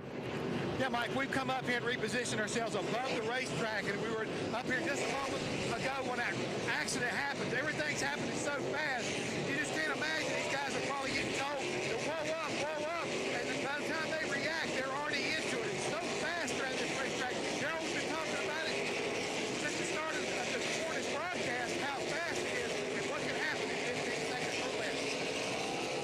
You can't say whoa up or slow down. You've got to say stop, stop, because you can't take the time for the driver to kind of figure out what that means, slow down. Matt Kenseth back of the pack. Remember last August he got busted for speeding at lap 259 and came from 27th to 1st and won the night race here. Kurt Busch, Jamie McMurray, Kevin Harvick, Brad Keselowski. Here we go. We had quite the mess back there at the did. back of the field as the leaders were taking the green. Yeah, they were 3 wide back there. They didn't quite know where to go. And that was under caution. My gosh. I guess it's because it's nighttime and under the lights. But this looks so much more intense to me. And the cars seem to be closer together. McMurray, what happened there? He had to jump completely out of the throttle coming off, too. It's almost like the car just didn't grip right there. That really let Kurt Busch in that 41 pull away. We will have that competition caution in 18 laps from right now. Here comes that 02 car around the outside of Kevin Harvick in the 4, and he's got that little high line looking pretty good. Gets a nice run off of turn 4. Got some straightaway speed. The 2 cars, a guy that everybody pointed to have the best car over the long haul and the short haul, top, bottom, wherever he wanted to run. Right now, he's working his way back to the front. Teammates, Eric Almirola, the 43, Marcus Ambrose, the 9, as they battle for 11th. Just ahead of them, Casey Kane, as they get side by side. And now here is Kyle Busch and Ricky Stenhouse going at it for 6th. Back to the 10th place battle. Ambrose with the low side. Remember, when we talked to Marcus Ambrose during the red flag, he said his car was really good when the track rubbered in, and then it started to go away as the track started taking rubber. Well, there's a guy that I think's making a nice run. He's in 15th spot right now, but he's moving forward at a high rate of speed. Is Tony Stewart. He's really got his car hooked up and working good. Yeah, this is about as high as we've seen him in anything this week. Practice, qualifying, or anything that's been going on here. Top 15 for Stewart. The Food City 500 scheduled for a day race. We got 124 laps in over on Fox Sports before the rains came and halted us for 3 hours and 19 minutes.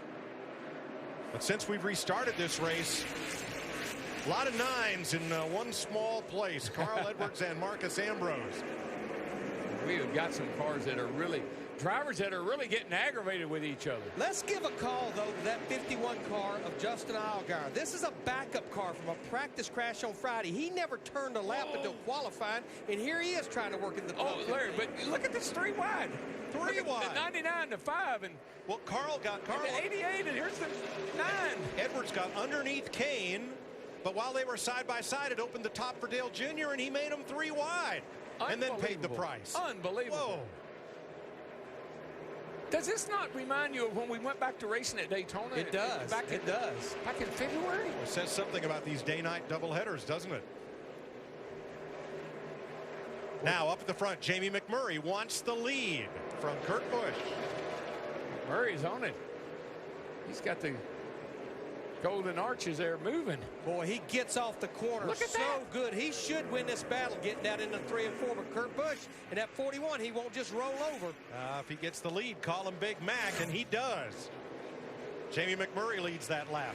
But Larry, you mentioned it, and I don't know if the fans remember or not, but Keith Rodden, the crew chief on that 1 car, was with the 5 car last year. The car that won this race last year, ran second in the fall race. They've obviously got the setup in the car to win the race with. Now the fight is for 3rd. Harvick, Kyle Busch, Keselowski. Remember what I told you earlier, when you hire a guy from another team, the first thing you tell him is be sure and bring your notebook. And Darrell, what I just saw with Kyle Busch in that 18 and with Kevin Harvick in the 4, he did a little bit of a slide job down there in turn 3 and 4. Just slid right up in front of him. Yeah, that's just testing the water. Just testing the water. Will he let me do that? Well, he did. No rear grip. Was that Harvick? Yes, it was. It probably was, but remember what Kyle Busch said about his car. It felt like it was running on Skittles. It's kind of scooting all over the place. Matt Kenseth restarted in the back. He has climbed to 24th. 10 seconds behind the leader. That's 2/3 of a lap. And we will get that competition caution here in about 3 or 4 more laps. Yep, lap 186. 50 laps from the green flag after the rain delay. Yeah, the 48 and the 22 back here, they're trying to work their way up through the field, but they got to get going because the leaders are on the same straightaway with them, and they've been racing hard just trying to get through traffic. 5th place race. Pole sitter front row starters, Denny Hamlin and Brad Keselowski. Stenhouse has a good car tonight. And how about the rookie Kyle Larson in the 42? Well, finished second yesterday in a nationwide insurance race. Yeah, ran second here last year to Kyle Busch, ran second again yesterday to Kyle Busch. Next lap should be the competition caution, and it's out. Stop yellow. Woo. 186 laps. Kyle Busch was getting everything that was there in that 18 car and then some. Yeah, he wanted to get as many as he could before this yellow came out. His car looks pretty racy. He's got his diamond in the corner going in low and drifting up and then really shooting off a turn. I do not recall the last time we had 2 competition yellows in one race. It's very rare. Very I don't rare. recall 50 laps going by that fast either. That's true. That's true, too. This is the 6th caution flag. And the pit crews will all have work to do here. 313 laps to go. 63 laps to the halfway point. And I think pit road will be very, very busy with everybody taking 4 Goodyear tires. Oh, one guy will take 4. Is his last name Johnson? Yeah, right. Jimmy Johnson. Yeah, no kidding. Remember, under caution, everyone has to pit beginning at turn 2, where stands Steve Burns. Jamie McMurray saying the track is pretty slick. He's a little bit surprised at how tight his race car is. They're going to take 4 tires and they'll make a small chassis adjustment to fix that tight condition. But 4 tires for Jamie McMurray. Matt. What a move by the 18 of Kyle Busch. He says the center has started to get tight. They were talking about making a chassis adjustment. Don't see it yet. But he also said, do not hurt my exit. That is pretty stellar at this point. Meanwhile, the 17 of Ricky Stenhouse Jr., he's having a solid run as well. He's coming around to the front stretch. Now, at the beginning of the race, his biggest issue was grip on exit. As he makes his way to his pit stop, at this point, you can see they're going to make a chassis adjustment again on this 17 machine, Krista. Matt, a lot of cars in my section tight as well, including Kurt Busch. They're going to make a slight track bar adjustment to fix that condition. He's talking about tightness in the front. So is Denny Hamlin. Denny Hamlin also saying his car has no forward bite. You see the crew working on the left side, and Denny is down and away. Remember a couple of years ago here when the timing lines there were not as many as there is now, and the guys were racing up to the timing line, slowing down, racing up. They fixed that. Hey, you see right there, Ryan Newman in the 31 car, they did fuel only, but they had pitted on that last caution at lap 168, so they felt like with 20 laps on their tires, we'll roll the dice here. Now, Kyle Busch wins the race off pit road from Jamie McMurray, Ryan Newman, Kurt Busch, and Denny Hamlin, but Clint Bowyer did not stop at all. This gets ugly right here. I mean, they look at that. Oh, it's in formation. Yikes. Oops. Hamlin did, he just crowded into the side of the 41 car, Kurt Busch there, a little effort contact. But Mike Clint Boyer, Brian Patty, and this 15 team, you're riding with him here, they also pitted on that last caution. But remember, on that caution, they could not fuel the car. Matt? And Mike, a few laps before that caution, Brad Keselowski kept telling his team he's got a vibration. Now, when they pitted, they took on 4 tires. Now, Travis Geisler, Paul Wolfe, and the engineers are looking over the wheels, checking to see if any of the stud holes are oblong, that they would know they indeed had a loose wheel. Right now, they still keep looking over each wheel, haven't found anything yet. Yeah, man, I don't know. I know they're looking at the wheel. I think they're also looking at the inside of the tire, like what we saw with Jimmie Johnson, to be sure they don't have a camber issue.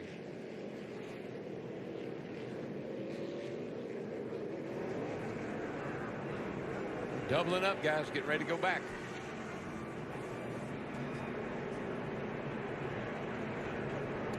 Clean them up. Let's go. Clean them up. Get ready to go. Clint Boyer, front row with Kyle Busch. That's what I'm talking about. I say clean them up. That's the spotter has to remind the driver or the crew chief, clean them up. You spin the tires on the restart and get run over. Clint Boyer was 20th. He's now the race leader. Ryan Newman was 22nd. He is now 4th. Oh, Boyer gets a good jump on Kyle Busch. That doesn't happen very often. Kyle's usually spot on these restarts. Uh-oh, look out. There's a slow car up here. This could get ugly. Yeah, that's Josh Weiss. He just had come off pit road. Boyer trying to hold the lead. Now, he may be able to use Wise as a pick. Will that 98 pick the top or the bottom? And when they catch him, that'll determine who gets through. He's running about the middle right now. Josh is in the 98. We'll see where he goes here. And he's still on the lead lap. He's that much in front of the leader, still on the lead lap, that 98. He's pedaling hard, and he's driving in there as hard as he can, bobbing everything out to try to stay ahead of these guys. And all those sparks are because he's on fresh tires. The air pressure's got to come up, but he's got some feel goods. He's pulling away from the leaders. It's a little low. Well, once they get singled out here, now that Kyle's got in front of the 41 of Kurt Busch, or the 15, I'm sorry, he'll be able to go. Whoa, 3 wide. How's this going to work? Not so hot. They make it work. Right now, you make it work. You give a little, you take a little. Ryan Newman was doing the taking. Goes after Jamie McMurray, not there. Up, drops in line. And Kurt Busch right on the back bumper now of Clint Boyer for second. Boy, Larry, I know that 31 stayed out. And I know he didn't have many laps on his tires. But, man, these guys with fresh tires are eating him up.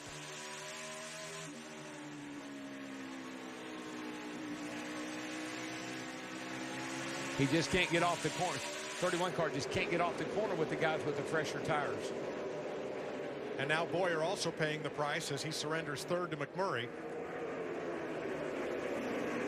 I know 20 laps isn't much on your tires, but when the other guys have brand new ones, it's like having 50 on yours. Yeah, that's again what's happening to Ryan Newman, I think, in that 31 as well. He almost cannot get out of the way. Marcus Ambrose, in fact, the 9 just about ran over him. Yeah, I guarantee you they won't do that again. I don't care how many laps you got on your tires. When other guys put on 4 new ones, you got to go with them. Kyle Larson and Ricky Stenhouse. Maybe this year's Rookie of the Year, and certainly last year's Sunoco Rookie of the Year, nose to tail. Kyle Larson loves this little racetrack. This has been his bread and butter here. He's really run well here in the Nationwide car, and he is running nice tonight. From Clint Boyer, that is the 2 of Brad Keselowski just ahead in 5th place.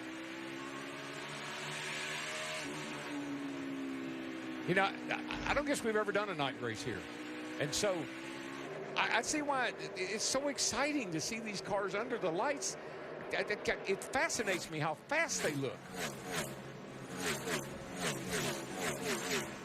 Dale Earnhardt Jr. has faded to 19th, and his last lap was about 0.3 of a second behind what the race leaders are running. He's under challenge again here on the inside. Yeah, that's Brian Vickers, and Vickers is going right by Dale Jr. here. Dale Jr.'s car doesn't look very good right now. Kind of wobbling a little bit. And his car was really good from the drop of the green flag when we started this race a number of hours ago.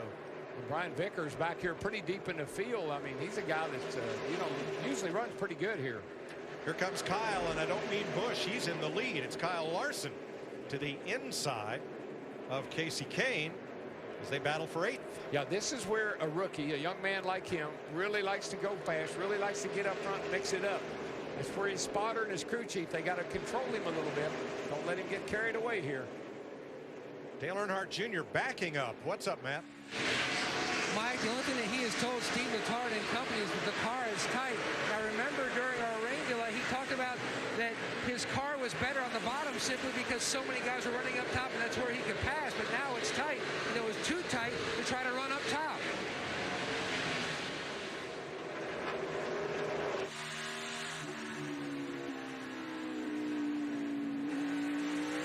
The last race we had that had 2 competition cautions was Richmond, September 2 years ago. Clint Boyer won it. Yeah, here you go, 42, Kyle Larson around the outside of our pole sitter here. Denny Hamlin made it look pretty easy. Got a fast car, doing a nice job. He likes to ride that high line, that cushion.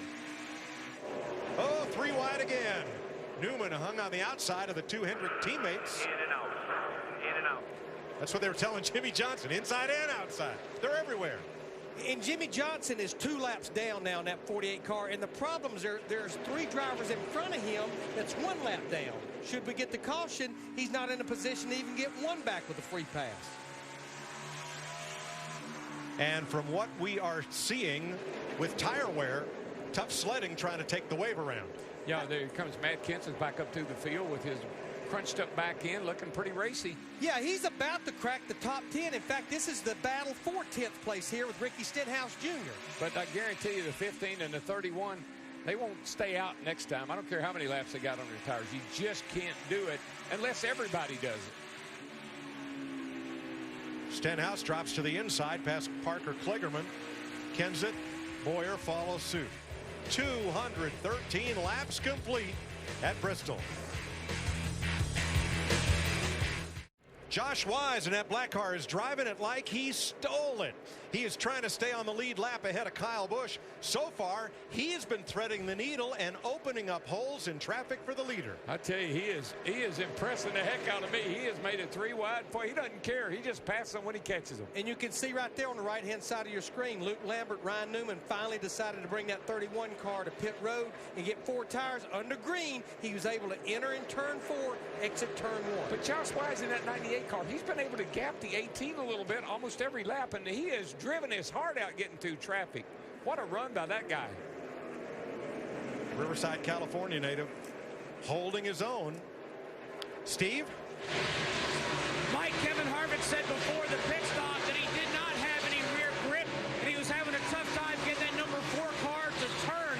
He has not said a word since the pit stop. Thanks, Steve. And we did get an update from Keselowski's pit that they looked at those wheels and found no evidence of a wheel having been left loose. No elongation in the mounting holes on those wheels. So not sure what he was feeling.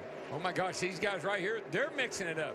All of a sudden McMurray's car is off the pace a little bit, and here comes that 20 car, and he is moving. Matt Kenseth around the outside. And here comes Stenhouse trying to stay with him. Look how fast Matt went around the outside of the 11 car. And here comes Stenhouse in hot pursuit. Meanwhile, Harvick and Keselowski battle for 3rd. They're about 1.5 seconds behind the leader. Ricky Stenhouse Jr. in that 17 just drives by. Denny Hamlin in at 11. That's for the 8th position. Yeah, Hamlin didn't put up much of a fight there. I think he knows Ricky's a little quicker in the 17. So we'll let him go, and we'll get him later.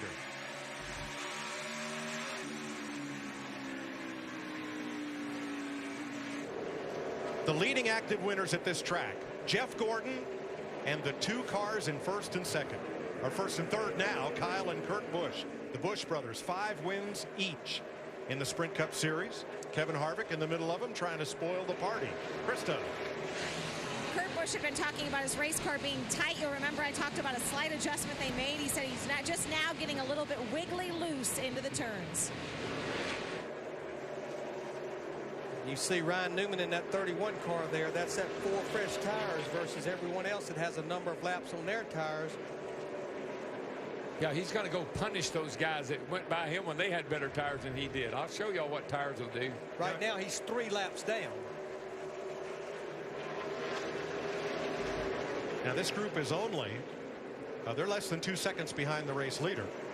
So if Newman on fresh tires can clear them, he's got a good chance to get one of those laps back. Yeah, and he really needs to do that on the racetrack because we have so many drivers that's 1 lap down, and then, of course, drivers like Jimmy Johnson in the 48 that's 2 laps down. David Reagan may have bumped the wall at turn 4. He's slow down the front stretch. Yeah, he's got it back under control. Gosh, he had quite a moment there, and the field zooms by. Now he's back to speed. Well, our little buddy, Josh Wise, there in the 98 car, you can see our leader, Kyle Busch, is about to catch up with him now. I think Josh has driven the wheels off of his car. Well, he's done a great job of keeping that Phil Parsons Chevy with no sponsorship on it on the lead lap. But Kyle Busch is going to have to go to work, or the 4 car of Kevin Harvick is going to be right there for the lead. Well, Kyle likes that little bit lower line, and you can see Harv up on the outside there, and he's making that outside pay off with getting that nice long run down the straightaway. A lot of speed. Yeah, he made a big gain that time down the front straightaway. Larry, just think about it. 4 car wins Phoenix. 4 car could have easily won Vegas if he hadn't had that hub problem. Had a car that could win. And here he is again tonight, challenging for the lead. Kurt Busch, Keselowski for 3rd, and Kyle Busch with Harvick for the lead. And now Josh Wise trying to find a low line around Danica Patrick. Yeah, he's having a little bit of trouble getting by Danica. Her car's still pretty fast. She gets off the corner gets well, off Darrell. really, really well, and that's holding Josh up. He needs all that racetrack to make the move. Boy, he got boxed in that time by Danica Patrick, Josh Wise in that 10 and 98 car. Wise not fast enough to clear Patrick on the bottom. Busch nowhere to go. Harvick being patient for the moment. 12 laps to halfway. Gotta wait. This is edgy right here. Well, and Danica Patrick, she's fighting to stay on the lead lap right there. Oh, boy, Wise got real bad loose. The things just started walking up the track with him. That was almost an opportunity for Harvick. And here comes Newman to spoil the party. Ryan Newman, the 31 on fresh tires. He's got work to do, though, Needs Mike. to bust through here if he can. Yeah, he's 3 down, so he's got to get by these leaders, and that's 1 back if he catch a caution. Wise, almost. Yeah, the handle. Josh has just driven the goodie right out of his tires. I mean, he's used everything up trying to stay ahead of these leaders. Now he's paying the price. But what a job he did trying to stay out front, catch a caution, and continue on the lead lap. Impressive, very impressive. For 50 laps he did. Yep. Keselowski and Kenseth. This is for 4th place. What a drive to the front. Remember, I told you when Matt Kenseth got a penalty here just past halfway, he came back and won it. Well, he's on the same kind of trip right now. And he just put one of those slide jobs on the 2 car of Brad Keselowski there, slid right up in front of him, and away he goes. Darrell, can you believe Kenseth restarted 29th? He's now 4th, and Newman gets his lap back from Kyle Busch. I think that would be the kind of thing that when they told me that on the radio, I'd be a little bit worried. Whoa, oh no, off turn 2 over there. They are 3 wide like they would be at a speedway. Hello. A super speedway. Look at that 1 car shoot through the gap there with 99. Carl Evans out on the bottom. Darrell, you can't wait for a hole to open up. You got a chance, you got to take it. They did it off every corner. They're 3 wide. Newman just shot through a whole group of cars like thread through a needle. And Kyle Busch still has to fight his way through them. He got Casey Mears, now David Gilliland, and here's Casey Kane going after Harvick for 2nd. But he's going to get boxed in behind Danica Patrick in the 10, Casey Mears in the 13. That is a battle for 2nd you're looking at with Kane and Harvick. And Mears and Patrick are racing for position with Gilliland. So that's a battle going on. And these lead lap cars trying to fight their way through. Boy, and it is tough sledding when you get, as we've said, you get on the bottom, you get loose, car gets a little sideways, and it hurts your exits. But oh, you can't do that. They want to be the first car 1 lap down. No. Look at Kenseth up in there in the 20. He wants part of this. You can do that. I don't know how they get the free pass if they all wad up in the same caution. I guess you can. And Casey Kane, he's going to get boxed in, but Kevin Harvick in the 4 rolled out just for a 2nd. Yeah, but look at that 20 car sail off into the corner on the outside, and That 20 car is on a rail. And you know what we're seeing. Lifters are losers. Woo. Hey, take a look in the upper left of your screen. You want to see some good news? Halfway. That means this race will be official tonight. Whether or not we can go the scheduled 500 lap distance, and we're going to try. You're watching NASCAR on Fox Sports 1. It's Bristol, baby. Kyle Busch, your leader in Bristol, and it's the third time he's been the leader at the halfway point, actually the fourth tonight. He's won 2 of the previous 3. Time for the Fox Sports 1 mid-race report. More than 5.5 hours of rain-delayed race in this, but each of the first half leaders experiencing problems. Joey Logano led 12 laps, had power steering. Jimmy Johnson led 44 laps, had a tire problem. Matt Kenseth led 54 laps, run into by Timmy Smith. Darrell Waltrip, who are you keeping an eye on? Look, I've raced here for years, and every time I try to be real careful, I'd say, oh man, I don't want to bend up my car. Oh, I don't want to get this skinned upside. I want to do it. Matt Kenseth, when he got rammed into the rear, he said, all right, let's just put everything, let's throw it in the wind and see what we can do. Matt Kenseth, he's on a mission. My favorite thing about this race is the racing. 3 and 4 wide at Bristol. I've never seen such. Casey Kane is my guy for the second half, DW. I like the way he runs the high line. He proved he knew how to win here last year. Watch for Casey Kane to close strong. Michael, Kyle Busch is only 28 years old. He got his 16th career win here in the top 3 series at Bristol. He loves sweeping the weekend, and Steve, he loves being out front, right where he's at right now. Well, Larry Matt, Kevin Harvick just reported his team has just jumped up on the wall. He said, I have a right side tire problem. He may be headed to pit road. Steve, it's been a night of surprises. No sophomore slump for Ricky Stenhouse Jr. He's worked his way up into the top 5, and he's rolling. And Kyle Larson has moved into that area as well. Dale Earnhardt Jr. trying to equal NASCAR history with Richard Petty, starting a season with 4 straight top 2 finishes, has not led tonight as we have a lead change going on right now. Casey Kane and Kyle Busch battling there. But Jr. currently fallen back to 18th. And actually 20th as Austin Dillon has moved in front of him. 9 leaders with 11 lead changes. This has been your Fox Sports 1 mid-race report. It's a 3-way fight for the lead because Matt Kenseth in the 20 is right there. Who will pick the right lane? Will it be Kane, Kenseth, or Kyle? As the 2 Gibbs cars are side by side, Casey Kane with the lead. I've never seen this kind of racing at Bristol. I've never seen the guys this aggressive, 3 wide, just passing anywhere. Just catch them, make it 3 wide. Go wherever you want. And they're putting some good drivers a lap down. Kurt Busch in that 41, it wasn't that many laps ago. He was up there battling for the lead. He's a lap down now in that 41. David Gilliland stuck in the middle. Kenseth to the high side. That Kenseth car, it amazes me how quick he gets through the turn. Bottom or top, doesn't matter, does it? It doesn't. He just catches them and passes them. Kyle Busch led a lot of laps. Now he's in the pits under green. Matt? And Mike, he is in. He was not saying much on the radio before that. And then he keyed the mic, very inaudible, and then hit pit road. With 4 fresh tires, Kyle Busch is away and back in the race. You know what? I think when Newman stayed out, they saw what happened on those tires. He came in and got the tires, and man, he went through the field. I think that's what these guys are banking on. They're going to pick up so much speed. They've slowed down about 7-8 tenths. But look, Darrell, there was pretty heavy contact between Kyle Busch and Dale Earnhardt Jr. just prior to that stop. Yeah, but I don't see any really damage on Dale Jr.'s car, so it tells me there may not be much damage on the side of that 18 either. I just think the guys realize how important 4 fresh tires are tonight. A.J. Allmendinger's also made a stop under green. Watch that 20 car. This is Greg Biffle. I mean, he's in a fast car. Car in the wall, turn 2. Ryan Truex bounces off the wall, and caution is out. Right front tire blue. Trying to get you down there, hold it up. Well, that's, come down, hold and that's the risk you run. That's the bad news. When you pit early like Kyle Busch did. Matt Yoakum has more on Kyle Busch. Mike, he was trying to tell the team that he thought he had a tire going down. They changed all 4, licked them over.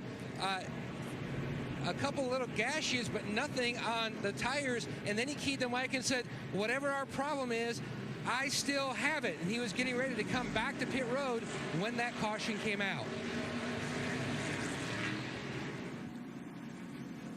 Ryan Truex cut down a tire and then destroyed the right side of his Borland number 83 against the safer barrier. There it is, up and into the wall. Listen, guys, we've seen several mechanical failures. We saw the hub at Las Vegas last week with Kevin Harvick. We saw a rear end housing break in two here in practice in the 40 car. These cars are running around this racetrack so fast, they're loading things harder than they ever have before. You heard Logano say, when it loads up in the corner, I can't turn it. That's taking its toll on these race cars.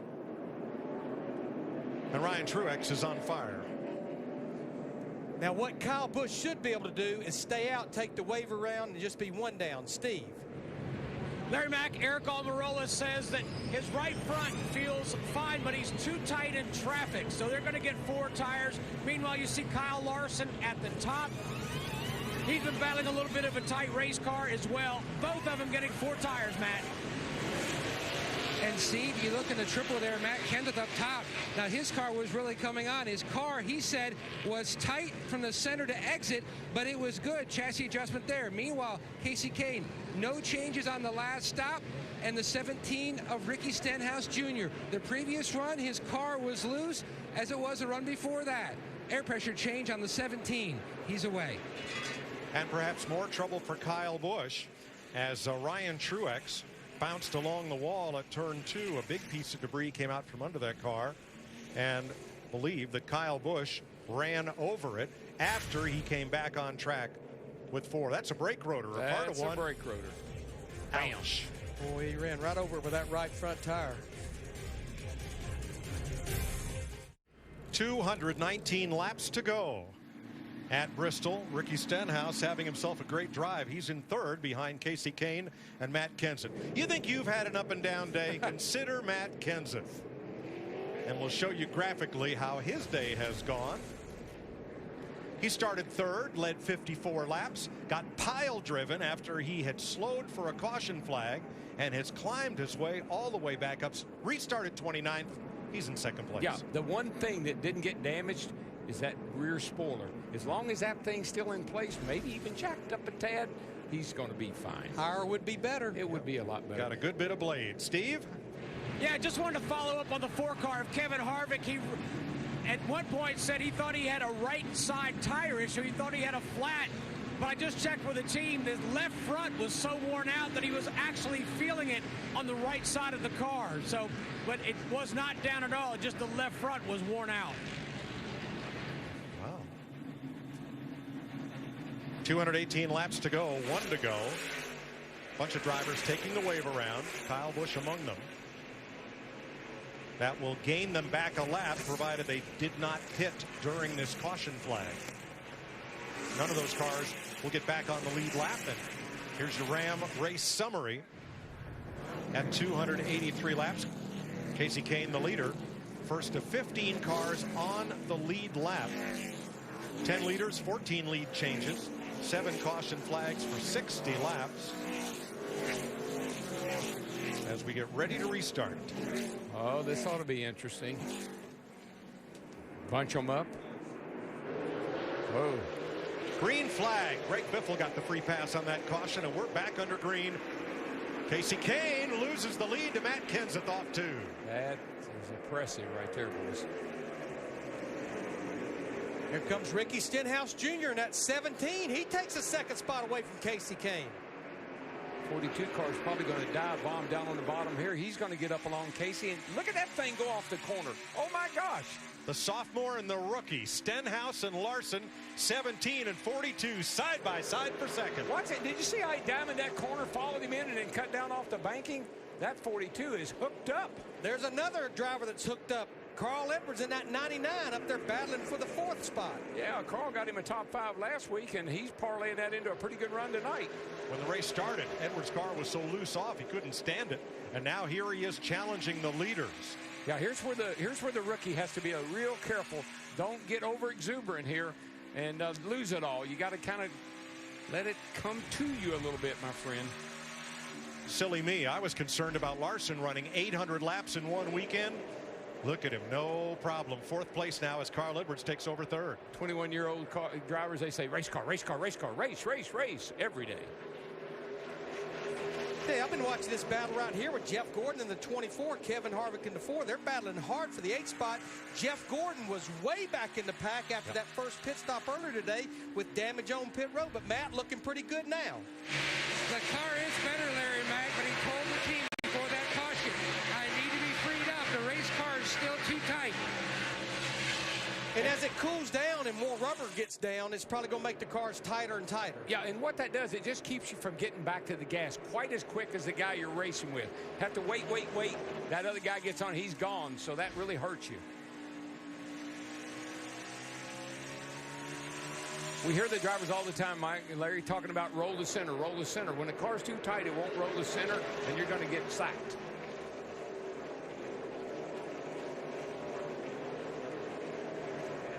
Ricky Stenhouse closing in on race leader Matt Kenseth.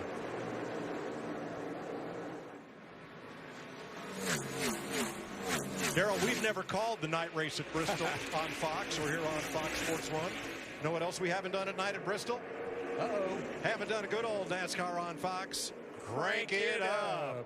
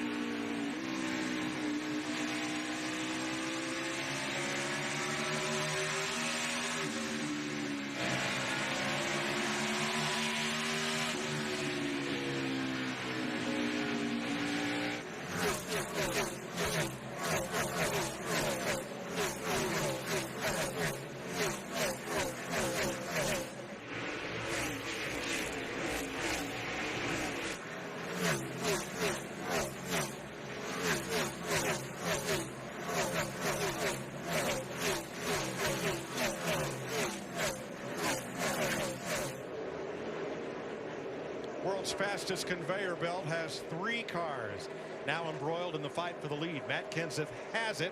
Ricky Stenhouse got close, and now he's sliding into the clutches of Carl Edwards coming from third. 300 of 500 laps complete at Bristol. 311 laps complete. Here's a closer look at today's race with Sprint. Brian Vickers up 26 spots. Remember, he had to take a provisional.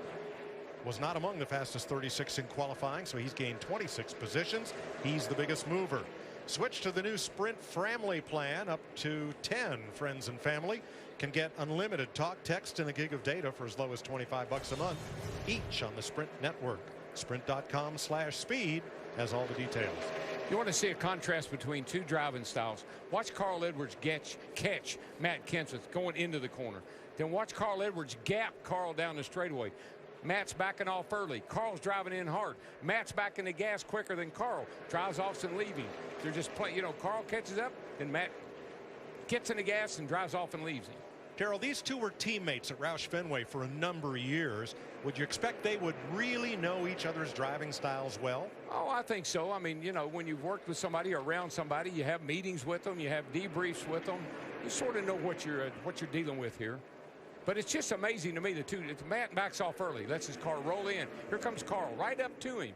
But then watch when Matt turns and goes. He just drives off and leaves Carl. Steady march through the field for Carl Edwards. 17th early on, up to second. Just 2 car lengths behind Matt Kenseth. They have about a second and a half on Casey Kane. And the reason I point that out is Carl might be able to catch Matt if he did the same thing. Back off a little early, don't drive in the corner so hard, and then get back in the gas quicker, and you might be able to pass him. Meanwhile, last year's winner, Casey Kane, is third. Matt? Mike, still a concern on the 88 of Dale Earnhardt Jr. The previous run, he developed a vibration, and he just told Steve Letarte, this run, the car is still vibrating crazy. Also, it's too tight. Letarte telling him just to hold on to their next stop, but there is a problem on the 88. Well, the right side tires have an interliner in there, and if you get you can have a tire equalized a little bit or out of balance, and at this speed with these bankings, it'll shake the wheel around. I think if you watch Dale Jr., you'll see his wheels juking just a little bit, which is unusual. 5th place, that's where Ricky Stenhouse has settled, and Kevin Harvick trying to take it away. This battle's been going on for a while. They have been going for a number of laps.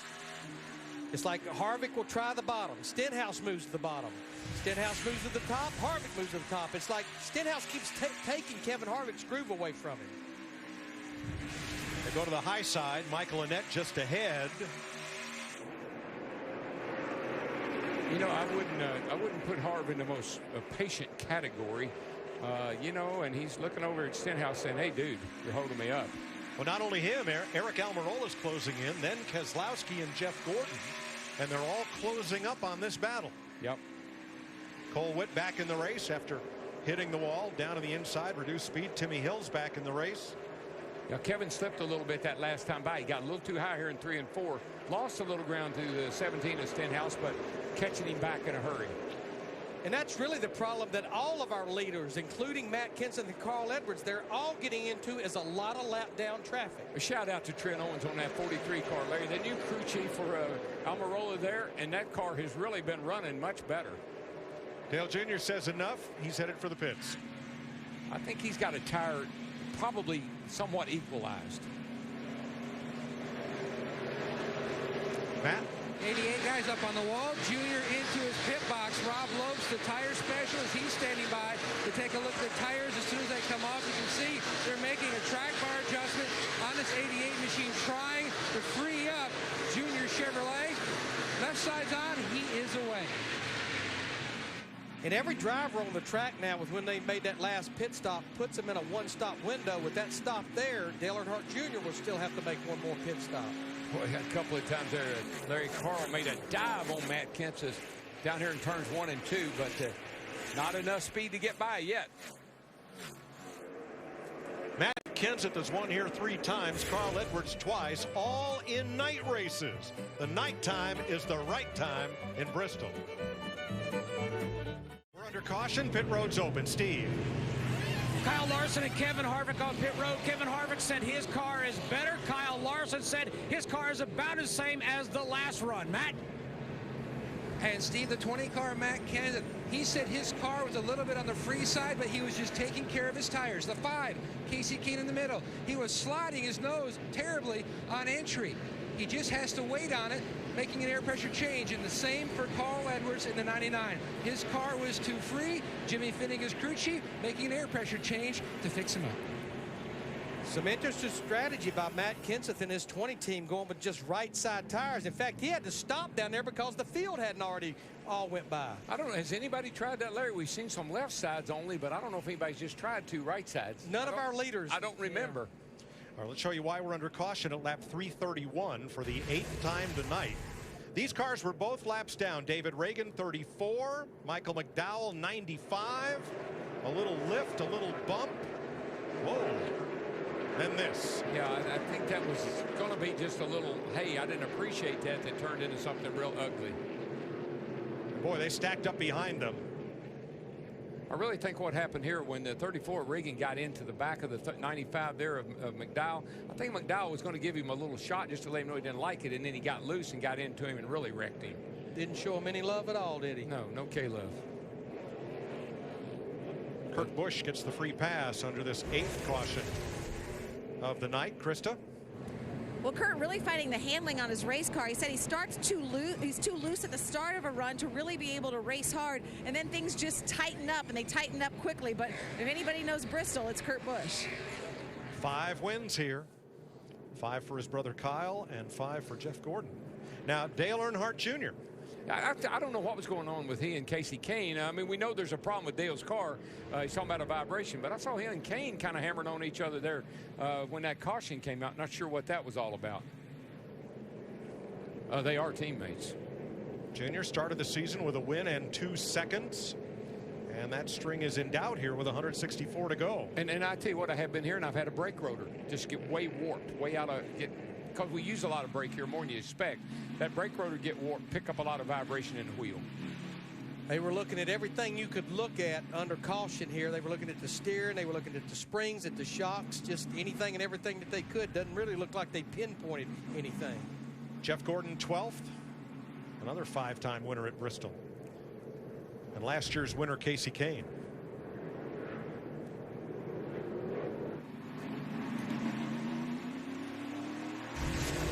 Yeah.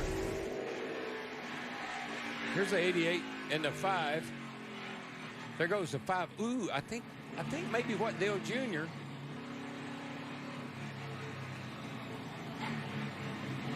All right, so the caution was out there. Kahne's going to drop back to where he was. But I think Dale Jr. was trying to tell Kasey Kahne, hey, you're a pro. You went flying by me with the caution out. Come on, man, think. Because you saw how fast Kahne went by those cars when the caution came out. I think Dale Jr. was just sending him a little hello. Kahne will restart second to the inside of Matt Kenseth. Carl Edwards, Kyle Larson, third and fourth. Harvick, Almirola, Hamlin, Stenhouse, McMurray, and Vickers, the top 10. Hey, you better watch that 42 car, because on new tires, he is fast. He got a great run up top on the high side off turn 2, taking that second spot away from Kasey Kahne. Here comes Almirola in the 43. Like that 43. I like what they've done with that team. I like that Trent Owens. Sharp kid. Eric Almirola around the outside. Carl Edwards in the 99 trying to come with him. That high groove, Darrell, that's been the place to be on these restarts. Yeah, but you know, Matt Kenseth, I like his car is so kind of can go anywhere he wants to. He runs the middle of the track here like he is right now. Gets good speed until the tires start to go off a little bit. Then he eases up the top, takes better care of the tires, not so hard on them up on the higher line.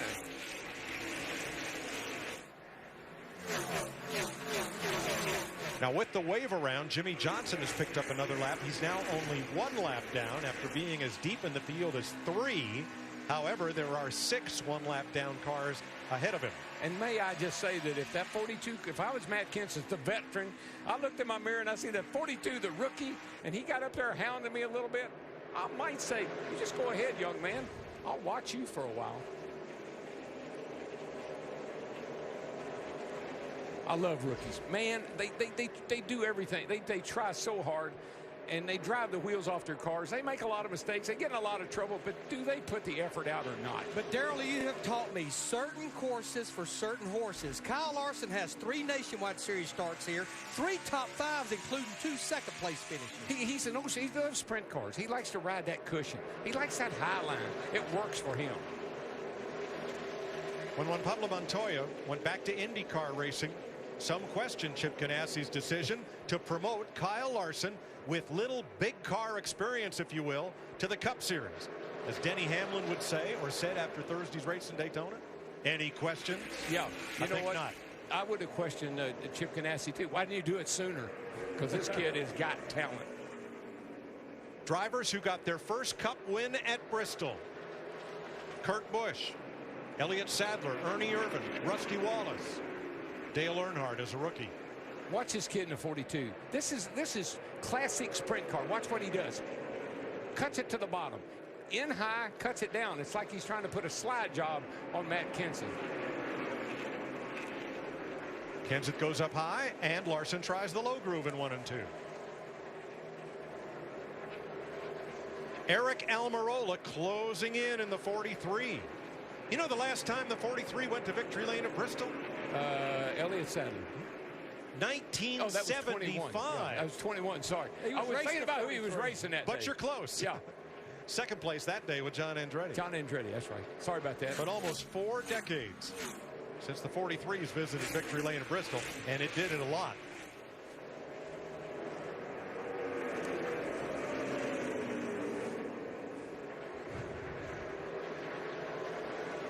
.149 laps to go in Thunder Valley. Matt Kenseth, the veteran, trying to hold off rookie Kyle Larson. 238 laps to go. Matt Kenseth leads Kyle Larson by a narrow margin. It's gained a bit in traffic, with the 43 of Eric Almirola closing in. 99 Carl Edwards right there. And the 4 too is right there. That's a tight little pack. Kevin Harvick in the 4. He's just threading the needle right up the middle of these guys. Here comes Edwards on the inside looking for a spot. Harvick trying to hold Edwards back. I didn't know you could side draft at Bristol, but they're doing it. I've seen things tonight I didn't think I'd ever see at Bristol. As soon as these guys started running that extreme high line, guys, Kasey Kahne really started to come on. He made a lot of ground on Carl Edwards running right next to the fence. Watch how high these guys have started to run. Matt Kenseth right out next to the wall, Carl Edwards. But I like Kasey Kahne as these laps wind down because he just seems to run that high side a little bit better than the rest. Ricky Stenhouse seems to have faded a little bit here. He's in 7th. 2.8 seconds off the lead, running kind of by himself here. One thing I have noticed, though, once we got to halfway, the guys have settled down a little bit. They're still racing hard. There's still a lot of 3 and 2 wide racing, but they have settled down just a little bit for the time being. Jamie McMurray has led this race. Now he's 3 seconds off the lead in 8th place. And right there behind him, Jeff Gordon in that 24 car. How about he has started the season with 3 top 10 finishes, working on a 4th. Gordon drops to the inside, almost too close to McMurray. And that opens up the outside for Brad Keselowski. Not far for him to go before he gets to the back bumper of David Reagan. So Keselowski going to make it 3 wide. Here they come. Ooh, Landon Castle didn't leave Keselowski any room. He was trying to get that number 40 out of the way. Just forcing it in there. I mean, just making holes where there aren't any holes. That brings Denny Hamlin into play. The pole sitter is now 11th. 4.2 seconds off the lead, and he's got a mirror full of Brian Vickers. Yeah, Brian Vickers, they've been searching for speed all weekend long. Looks like they finally found some. Remember, his last 4 races here, 3 top 5s and 4 top 10s. I tell you, another guy that's recovered and making a nice return, 78 car of Martin Truex. Hadn't talked about him very much right now tonight, but he's 14th. Right behind Tony Stewart. Maybe that little red flag layoff. Somebody said, when's the race going to restart on Twitter? And I think it was Jenna Fryer of AP who said, go ask Tony's leg. Well, it doesn't hurt to get a little break in there at this joint, I can tell you. It don't matter what, if you got pains or not. Jimmy Johnson trying to keep from going a 2nd lap down. He's 1 lap in distance down to Matt Kenseth. If Kenseth makes the pass, he'll be 2 laps in arrears to the leader. 127 circuits to go in Bristol. This is NASCAR on Fox Sports 1. 116 to go. The Hardy fans in the stands and those of you watching at home, thanks for sticking with us because you have been treated to a great battle of Bristol. Kyle Larson trying to hold back Kevin Harvick. Now the number 42 has visited victory lane once at Bristol. That's back when Petty Enterprises used to run cars numbered 41, 2, and 3. 1962, Jim Paschal, driving for the Pettys, was a Bristol winner in car 42. You know, champions never give up. That's what I love. And you watch Jimmy Johnson, even though he's laps down, when Matt Kenseth got up there to him, he didn't just pull over and say, hey, I'm laps down, I've had a bad night, you go ahead. He ran him just like he was racing him for the lead. And he didn't make it easy for Matt. Matt found a way by. Jimmy jumped right back under him and almost repassed the race leader. Well, Jimmy Johnson knows he needs to get one of these laps back the hard way because there's so many other drivers that's 1 lap down. Right now, he's 2 down. You know what he did? He went to school on Matt, too. Matt caught him, and then Jimmy has moved way up the track. You can see there, he's followed right in the tracks of the 20 car now, and he's pulling right back on the back bumper of the 20 car, what little's left of it. Reed Sorensen had been clogging up the high groove. Now drops. Well, he was on the bottom. Nope. Now he's back up high, and he's going to give way to the low side to the leader. Good move. Yeah, just stay down there. Stay down there. You're good. Kyle Larson now 7/10 back. And we're going to have, it looks like, 1 round of green flag pit stops on this run before we get to 500 laps. Let's preview, beginning with Matt. Mike, a year ago, Matt Kenseth was running 2nd with a great race car, caught up in an accident, finished 35th. Tonight, he was running 2nd, caught up in an accident.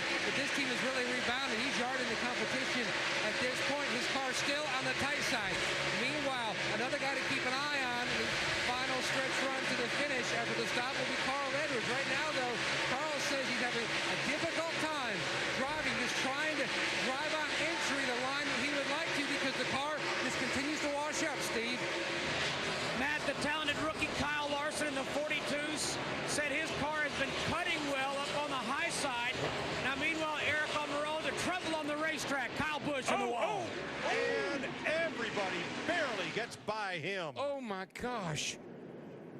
Oh. It was a long, slow slide that ended up with the back end, the left rear corner against the wall, and then Kyle could not hold the car up to the wall, and it came down in front of traffic. And Kurt Busch in trouble as well. I thought I was going to have the big one. I mean, I was convinced somebody was going to slam into that 18 car. Watch how close these guys come to him. Watch the 18 here, Darrell. Yeah, I think something happens to the car. He'd been falling back, like he had a tire maybe going down. And I was watching him, but now, look, guys, watch. This is just, I don't even hardly want to watch. It's so close. Watch these cars start going around him with that debris. Look at that. And they're splitting him to the high side and to the low side. Was that his brother Kurt on the outside, and did he run over something? Or did he clip Kyle? Let's ride along. Lock her down, lock her down, lock her down, lock her down, lock her down, lock her down. Yeah, there's the hit. That was Kurt right there that came by in the 41. Look, you're setting driver's side in the racetrack. Any one of those cars could have just driven right into the side of him. What an amazing job people did to stay out of the side of that car. Oh, my. He was 17th, a lap down. Whew. This race is going to give me heart failure. I've never seen racing like that at this joint. Kurt Busch makes his way onto pit road. See all those decals behind the Sparks on the left front there. One of them is for Freescale Semiconductor, a Texas company that is involved in the performance of data gathering components for NASCAR race cars and provides the processors to McLaren that are part of the ECU control units. They lost 20 employees on that Malaysian Airlines flight. Our thoughts are with that company and their employees. Oh, my. There's he gets into the outside wall hard. Steve. Mike Kevin Harvick says his car is just a little bit free early in a run. He said if you could give me some forward bite, it would help a lot. Harvick's going to get 4 tires and a chassis adjustment to help that cause. Matt. Steve, Casey Kane was telling Kenny Francis about 75 laps ago his pedal went to the floor. He had to pump it up. Kane on the bottom. They're going to make a track bar adjustment. He hits pit road in the 6th position, the car tight. Meanwhile, the 99 of Carl Edwards, we told you earlier, his car was too free. Wedge adjustment for the 99 is the call from Ginny Figgin's crew chief to try to fix that. Meanwhile, the 20, close call with the 42 of Kyle Larson, Matt Kenseth. 2 tires in that last stop. He just needs this car to turn better. Can you imagine how good it'll be if that happens? Whew. Kevin Harvick wins the race off pit road from Carl Edwards, Matt Kenseth, and Kyle Larson. Under caution at Bristol. They're right there. They're right there. Get it back to the top. Here we go. Oh, no. What? Timmy Hill just pile drove. Brakes were locked up, man. Brakes were locked up. Good grief. Now back it down. Got one spinning. Stay low. Wrecking right here in front of you. Wrecking right here in front of you. Slow it down. Slow it down. Let your inside. They're chatting on the radio. 100 laps to go. The rain ravaged Bristol Motor Speedway, but ready to roll here. As at the 100-lap mark, Matt Kenseth the leader. 200-lap mark, Kyle Busch. 300, it was Matt Kenseth. And now Kevin Harvick has moved to the front. Worth mentioning that coming into tonight, Matt Kenseth had led only 2 laps. He's led 165 laps so far tonight. But closing in on him on that last green flag run was Kevin Harvick. His pit crew did a great job, got him out in front. I don't know if they can catch Harvick or not. Casey Kane has a fast car on the long run, but man, you got to go as soon as it shows the green flag, and Harvick has a car that can go. How about the chances of Kyle Larson, the rookie, and what a run by Tampa's own Eric Almirola right there in the top 5 at this late stage of the race. I love the effort these two have given. Kyle Larson has been right there all night long. Almirola is strong as well. And think about Jeff Gordon. On the first pit stop, he went to the back of the pack. He's raced into the top 10. He's running 7th. This could be his 4th top 10 in a row to start a season. Guess who's never done that before? Jeff Gordon has not, and he's right behind his Hendrick teammate Casey Kane. So let's rejoin Darrell Waltrip, Larry McReynolds, and Mike Joy. Kurt Busch now 3 laps down. Broken ball joint there. Dale Earnhardt Jr. made an unscheduled stop. He's 4 laps down. Number of contenders and drivers who've led this race have had big problems here so far, including Matt Kenseth getting slammed into and then coming back to lead this race. Harvick, Edwards, Kenseth, Larson, Almirola and Kane, Gordon and McMurray, Hamlin and Vickers, the top 10. Mike, there are some warriors at the front of the field right now. This is going to get interesting. 100 laps to go. Look out. Keep an eye on that 42 car of Kyle Larson starting on the outside up there behind Kevin Harvick.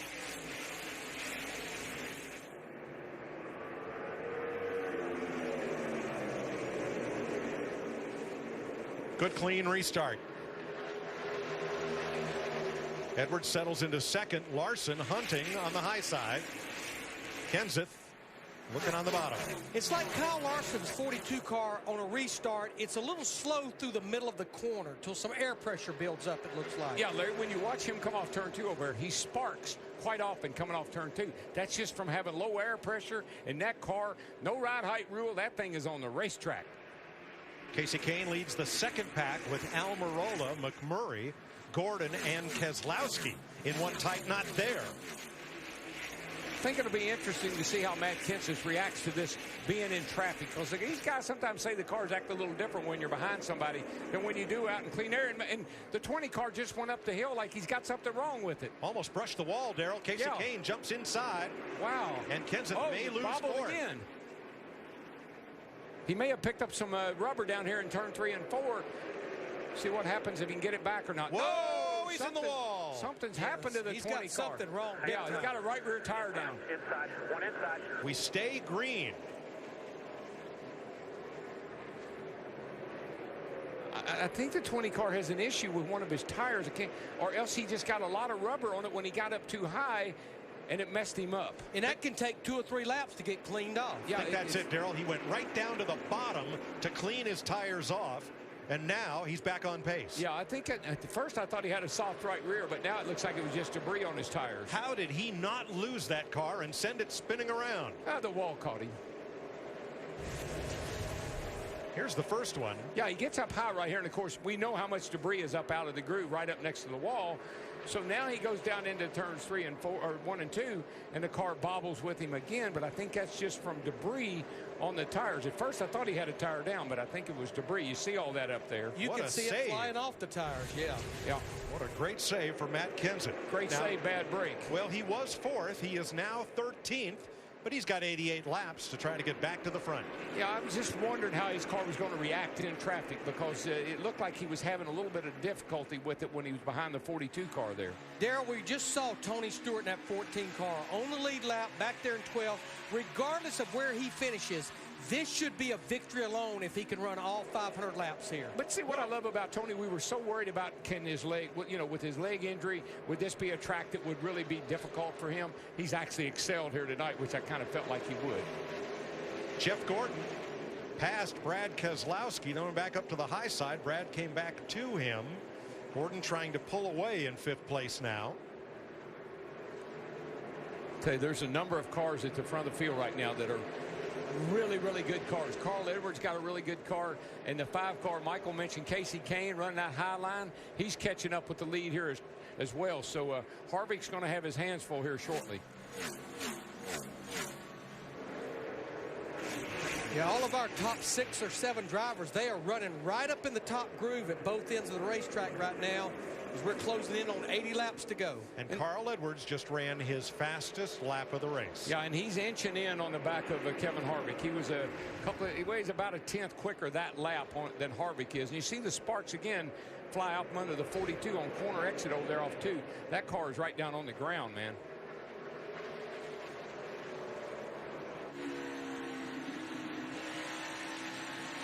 They just run so close to that debris that we know is right out there next to the wall. If you happen to jump over that a little bit and get that on your tires, same thing can happen to you that happened to Matt Kenseth. And that's not debris as in let's throw the caution.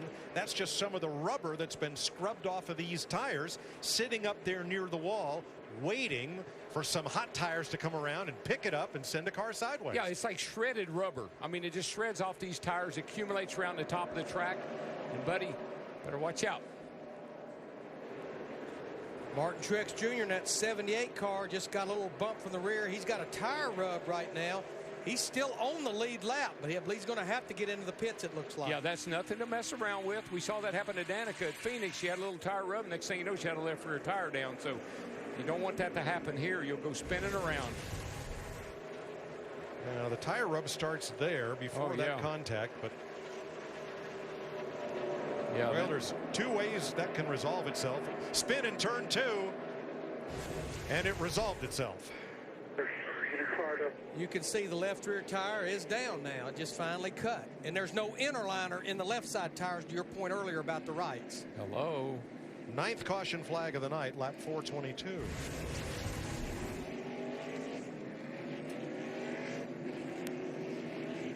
Well, one way would have been just, you know, scrape it down to where everything's okay and there's clearance, and this is the other. The tire goes down and around. It was just too much rub, Mike. You could kind of see it coming. Yep.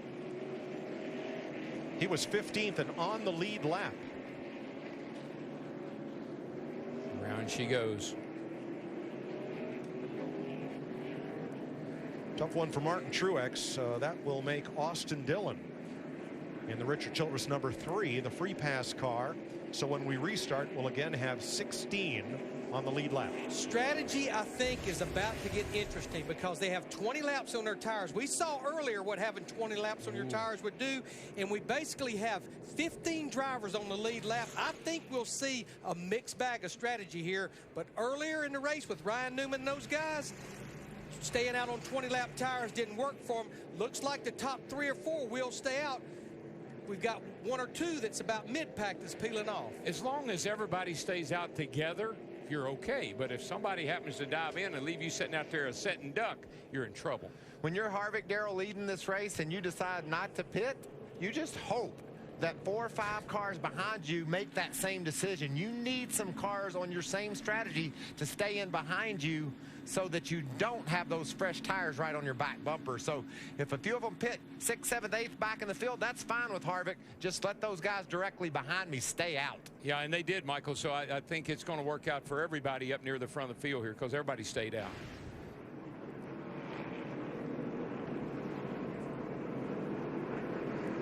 Carl Edwards ran his fastest lap of the race, lap 4:08. Kyle Larson their 3rd. You know why they stayed out? The pits wasn't open. They are now. And coming, everybody's coming. Yeah, so, you know, like we said, if one comes, you all come. Steve. Mike Rodney Childers, a crew chief on the 4, told Kevin Harvick, we can't stay out on these tires. We've got to get 4 new ones. The 42 also in. 4 tires for Kyle Larson as well. Carl Edwards stayed out. Matt? And Steve, the 5 of Casey Kane. Now, after that pit stop, they looked at his tires. They told him, we indeed did have a loose right front wheel on this number 5 machine. Right side tires going on. You can see the chassis adjustment's already been completed. Meanwhile, the 20 of Matt Kenseth told his team, I'm not sure what really happened. It felt like I had a tire going down. There was no grip in the front, and it was really loose in the back. And the 24 of Jeff Gordon, his car, no change in the last stop. They just need track position. There's the race off pit road. 4 lead lap cars stayed out. Now Kyle Busch leads the run off pit road. Casey Kane, Jamie McMurray, and Tony Stewart poised for his best Bristol finish in his last 7 starts here. But the 4 who stayed out were Carl Edwards, Eric Almirola, pole sitter Denny Hamlin, and Ricky Stenhouse. Yeah, and the 24 car did something on the left front. They were in the pit a little bit of time there working on the left front. I'm not sure what they did, but they were holding him up for a second. So that worked out well for Carl, guys. He stayed out and he got a couple of takers behind him, some cushion between the other guys. We saw some 2 tires as well. So strategy, just like you expected, Larry McReynolds, was all over the board on that caution. This is going to be an amazing run to the checker. Yeah, Carl Edwards, we know in the 99 he'll choose the outside on the restart, and we use this phrase a lot. He better drive it like he stole it. How about Smoke? His best finish here in the last 6 races, 14th. He was running 11th at the time of the caution. Now shown in 7th place. Well, the 43 car's right there with Edwards, 2 Fords. Then you got the Toyota of Hamlin, our pole setter. You got another Ford in Stenhouse. You got Casey Kane, who won this race last year. McMurray's been fast. Stewart's been good. Harvick's there. Larson's there. And Keselowski is 10th. If Ricky Stenhouse wins this race, Danica's going to have to watch that silly movie every Sunday morning that he was watching during the rain delay.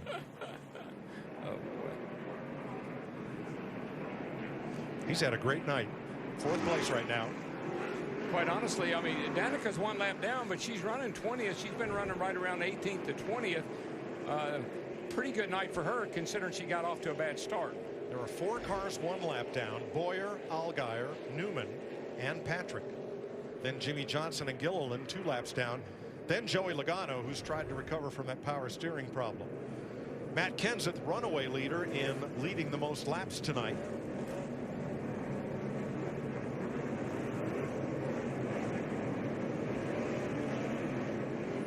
You know, it hasn't been lucky to be the leader. You look at that list, and every one of them has had some sort of trouble. Boy, 71 to go.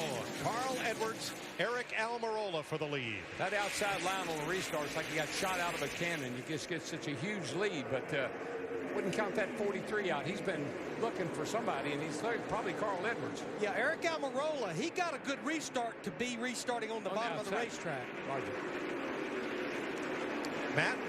Mike, that was a concern that Carl Edwards had. He asked his spotter, Jason Hedleski, where had the past leaders restarted? He was told the outside. That's why he chose it.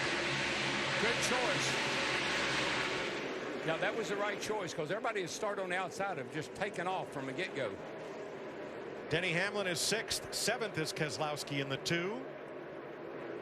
With the 5 of Kane and the 42 of Larson against the 14 of Stewart. Couple of veteran open wheelers there, 3 of them. It's pretty impressive. You got Fords running 1, 2, and 3 right now. Harvick and McMurray, then Hamlin and the Toyotas. So those Fords are getting it done tonight. And what Chad Johnston and Tony Stewart did on that last stop, in that 14, they went with just 2 tires to try to make up a little track position. That seemed to work pretty good. 2 tires on the right side. I saw Jimmy Johnson and a couple other people try that. I think it's okay.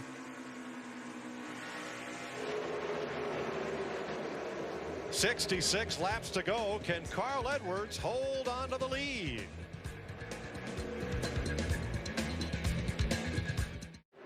.58 laps to go here at Bristol. Carl Edwards leading Eric Almirola by half a second.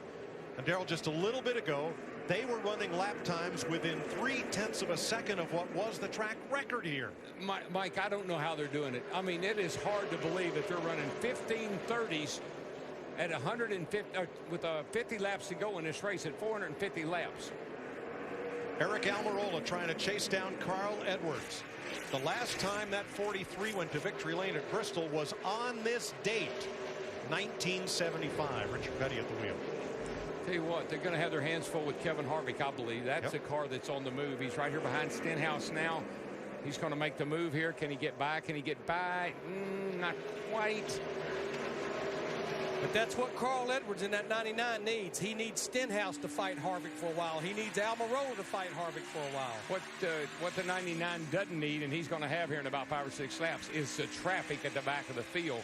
That's going to mess him up, or that's going to slow him down and allow these other guys to catch up. There's a lot of slower cars all in one wad at the other end of the back straightaway.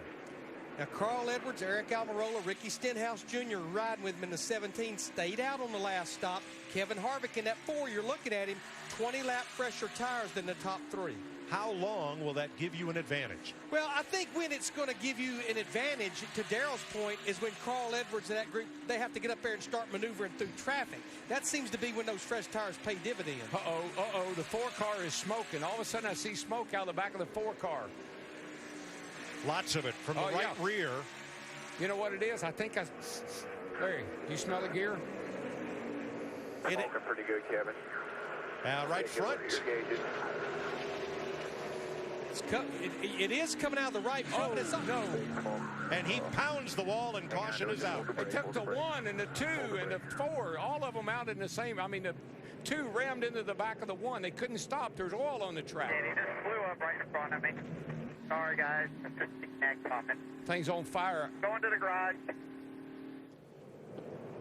Kevin Harvick goes up in smoke, and so does Brad Keselowski's chances. Oh yeah, he got into the back of the 1 car pretty hard and bowed the whole front end of the 2 car up. That's how fast things happen here at Bristol. That was a 4-1-2. A lot of fire in that car. Might be some under the helmet too. Yeah, I'm sure there is. I mean, you know, with the hub last week, and now look at this thing. I mean, it's blazing. I'd be aborting here pretty quick. Yeah, he needs to stop this race car. I wouldn't drive up in the middle of this crowd. Stop. Get the hell out of there. The fire truck has followed him to a halt in the garage. Kevin's going to climb out as they extinguish the blaze under hood. I have to believe that there probably was some oil going down on this racetrack as well. Oh, yeah, there definitely was. That thing was smoking for a couple of laps there. I thought it was a gear. It sort of seemed to be coming from the rear of the car, but apparently it was something worse than that. The smoke started and then got big from the right front. And in the oil, Harvick hits the wall. Here's McMurray, who slows up, but Keselowski can't avoid him. Yeah, with the oil on the track, you just couldn't slow down. You were sliding right there. I mean, you just couldn't lock it down. Major damage to Keselowski's nose, not so much to the tail of McMurray's car. But there are several contenders for the win suddenly sidelined at Bristol with 50 to go. Come on. Starting to fall off here. Come on. Right front, right front, right front. Go low, go low, go low, go low, go low, go low, go low, go low. Got a lot of right front damage here. He really couldn't go anywhere. He hit the wall. He just was in the oil. The car hits the wall, and then he just gets into the back of the one car. They just nothing he could do. However, he's still on the lead lap, Darrell. Yeah, and you know, not having a hood isn't going to hurt him a bit. I raced with Earnhardt when he didn't even have a whole front end. Our points leader coming in here tonight, the two of them, Dale Jr. and Keselowski, having a pretty rough night tonight. Again, Carl Edwards, Almirola, and Stenhouse stay out as a few drivers come inside. Well, three other drivers that pitted the last time, which includes Tony Stewart, Marcus Ambrose, and Brian Vickers, they stayed out. So our top six stayed out that time. Don't go away. We're not either. 46 laps to go at Bristol. And just like that, three strong contenders are sidelined. Kevin Harvick up in flames. Jamie McMurray to the garage, and this for Brad Keselowski. And during pit stops, things got even just a little bit odder. You see Clint Boiler peeling off to stop there to repair this right rear damage, and we'll show you how it happened. Danica Patrick is going to come out of her pit stall. Slew it sideways a bit. Whoops. I can't explain that one. Yeah, and Clint Boyer just got back on the lead lap by getting a free pass. Look at the damage on the left front of Danica Patrick. Right now, she's running in 18th position, and I think she might just be one lap down. Correct. She is one lap down, but apparently she just got on it, and the thing with fresh tires on it just got loose, and she couldn't keep it out of the back of the 15 here. Tonight it's short track slam bang at Bristol. Next week we go California Dreamin'. Next week we head cross country to California to see a little glitz and glam of Hollywood. All of NASCAR's stars will be out there, but only one will be going for back-to-back wins in the Auto Club 400. Wins in California. West Coast Racing, and it's only right here on Fox.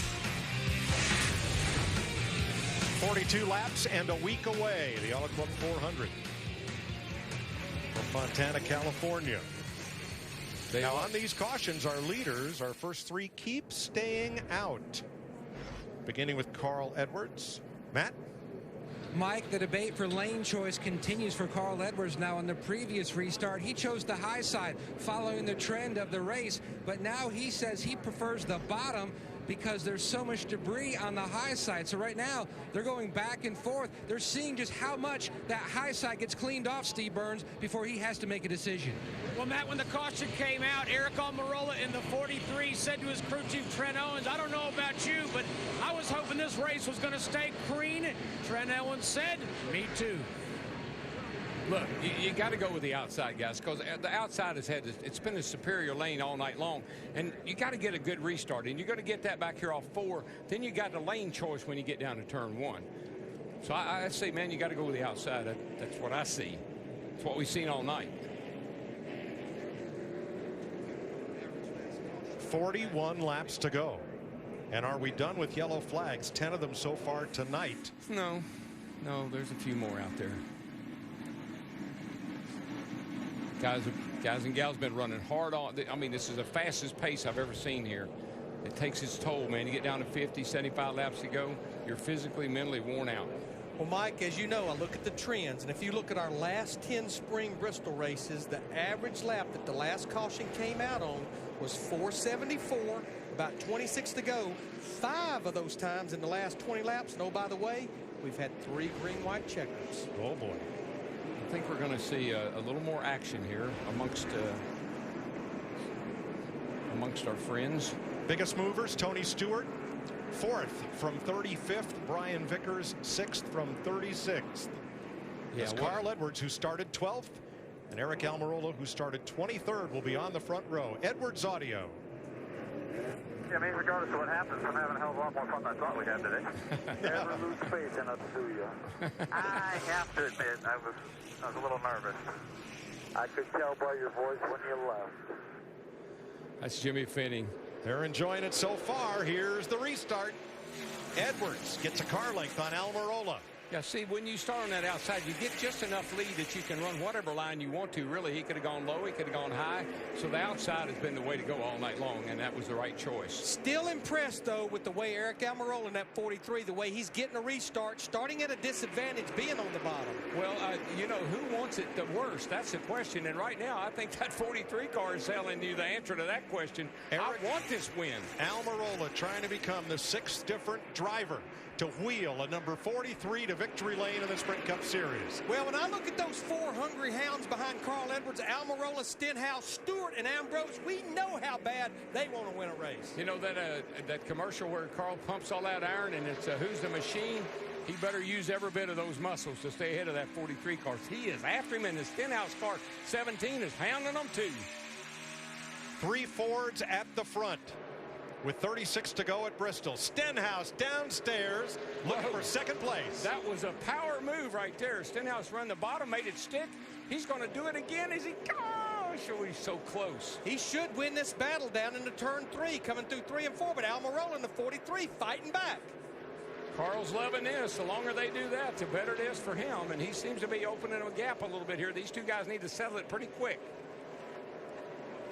Don't forget about Stewart and Hamlin, though, 4th and 5th. They have much fresher tires than the front 3 cars. Boy, it is so. The 43 and the 17 running side by side. Just don't slip, boys. Just don't slip. Yeah, because right now they're running in the 1550s. Carl Edwards in the 99, our leader, 1530. Yeah, he's on cruise control right now. He's loving it. Stenhouse is not going to be able to make that bottom work. Almirola wins the battle for second. Stenhouse fights back. Almirola didn't get off turn 2 very good. He needs to do that Kyle Larson move and diamond the corner. Go in with him and then cut under him coming off. And then get away. Put the diamond move on him. But Almirola goes up so high. Whoa, and Almirola got up too high, and that's the mistake that he was looking for right there. All you got to do is just jump that cushion just a little bit, and you get that trash on your tires, and it slows you down just for a second. Almirola fighting back, fighting for his best finish in his Sprint Cup career. Yeah, both those drivers looking for their career best. Kind of role reversal right there. It was on the bottom, 17 on the bottom, 43 on the top. Now a little role reversal. With those smoke. Look at those smoke back there running forth, Larry. Just kind of scoping these boys out. 29 laps to go, and his tires are almost 30 laps fresher than the tires on the 3 lead cars. Jeff Gordon coming against Casey Kane back in that knot of cars from 6th on back, led by Denny Hamlin. Well, there's 3 or 4 cars back here. Tony, Almirola, Stewart, and Ambrose. They're all running pretty close to the same lap times, but that 99 is checking out. He is checking out. Carl's got about a 10th in the bank every lap if he needs it. You know, we got a couple of our Rookie of the Year contenders running just inside the top 10 and just out. We talked about Kyle Larson in the 42 a lot tonight. Austin Dillon has worked and worked and worked and worked his way up until 11th in that 3 car right there behind Kyle Larson. Yeah, he's done a nice job. We haven't spoken or said much about him. That's what a rookie likes to do. Come to a race, don't talk about him a whole lot to get a great finish. Well, he got lapped fairly early, but Dillon got a free pass 2 cautions ago and got himself back on the lead lap. Jeff Gordon trying to win 6. He and the Busch brothers tied among active winners at Bristol with 5 apiece. And Gordon trying to climb from 7th here with 24 to go. Boy, the laps go, man, they go by so fast. It's amazing how quickly we can run 50 laps. Using the word amazing, Brad Keselowski in that 2 car, all that damage, he's still out there in 15th, the last driver on the lead lap. You're riding with him here. Yeah, the hood being off, that doesn't hurt a thing, but they did damage the right front. I saw the guy raise the right front up. He's got a lot of additional camber in that right front wheel, but he's still able to maintain a pretty good speed. Bent and bowed, but unbroken. Running about 3/10 slower than the race leader. Trying to get a lead lap finish out of this, but 21 to go here. Well, you got to be coming up the back of the field here. You're going to have to pick your way through this stuff, Carl.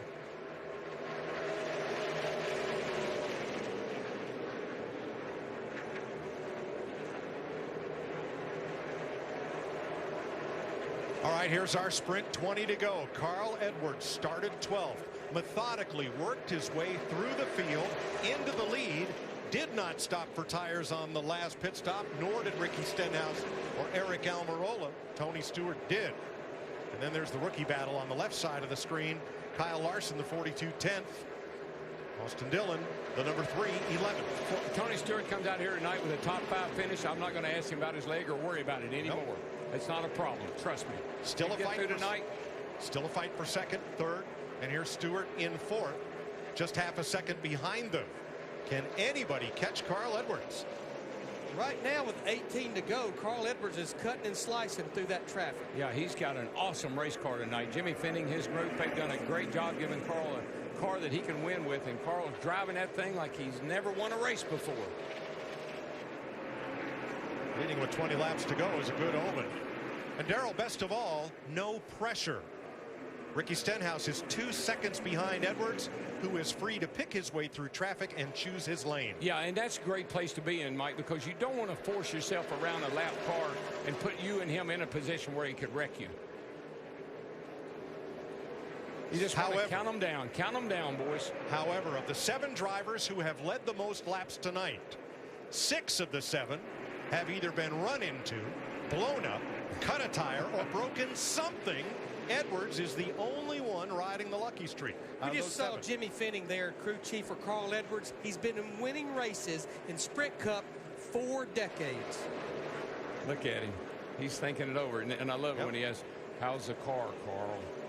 Seconds behind, Joe.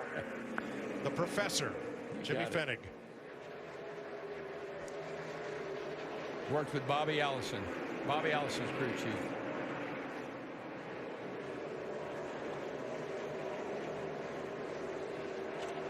Let's have a look at our 5-hour energy. Big move of the race.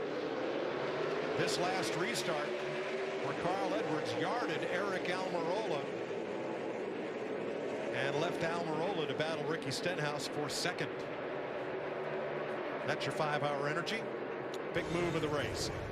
11 to go.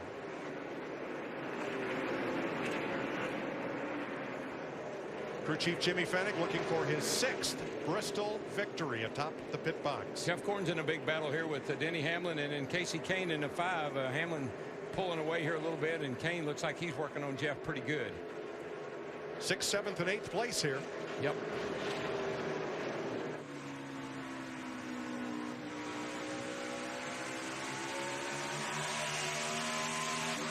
Carl Edwards there on the left-hand side to 99. He's got a pretty good lead, about 2.5 seconds over his teammate Ricky Stenhouse Jr.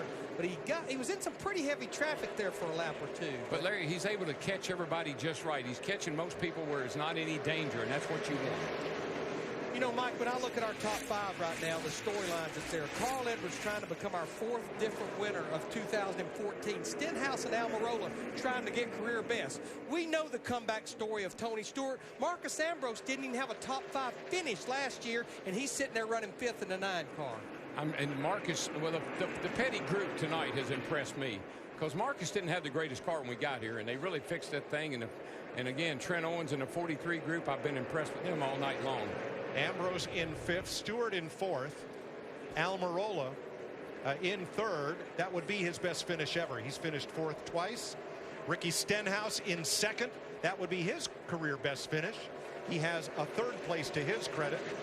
And the professor there, Jimmy Fennick, trying for another Bristol win with Carl Edwards, who, when he came to national prominence, it was found Carl has never lacked for self-promotion. Used to hand out business cards at the short track that said, if you're looking for a driver, you're looking for me, with his name, picture, and contact info on them. I think Steve Burns has one of those cards. That's going to be a collector's item. And you'll never see Jimmy Fennick get excited. I don't care what happens. Anything can happen. He never gets excited and gets got a yellow. Caution with 3 laps to go. Yeah, he needed about 2 more laps to get to that white flag, and we'd have had a race. But again, the trends normally speaks the truth. I take that back. I think Jimmy Fennick just got excited. Caution is out with 2 to go, and we're waiting word of why from NASCAR control.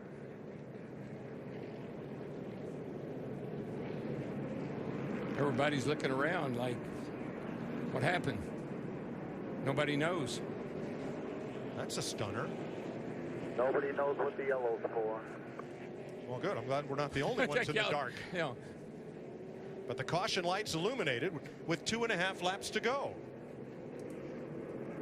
Ryan Newman will be the free pass. And that will give us, again, 16 cars on the lead lap. What that gives is Ricky Stenhouse Jr., Eric Almirola, Tony Stewart, Marcus Ambrose one more shot at it. Yeah, but all Carl's got to do is if he just nails a restart like he did the last time, he should be fine. He's a little quicker than those guys. He nails a restart, no mistakes there, and he should be fine. Now, behind him, I'm not sure what might happen. We're going to have our 4th green-white checker at Bristol. Up to 3 attempts to finish this race. You look behind Carl right now, and you got Stenhouse in 2nd and Almirola in 3rd. Tony, who's looking for his best finish of the year, and Ambrose, Almirola's teammate. Anything could happen. All right, we listened in on Ricky Stenhouse. The radio, race control didn't call it. Blackman didn't throw it. Just all of a sudden, y'all lights come on. Hey, Bill, we got a shot to win the race. I think it's raining. It is. I think it might be. Maybe it's raining, it's or maybe pouring. That's Suddenly, a cloudburst. Fans are running for cover. You know, there had to be something that caused the caution. And it is pouring. Talk about a bizarre Sunday. But look, does that not prove the vortex theory? These cars were going around here, flying around this racetrack. It wasn't raining a bit.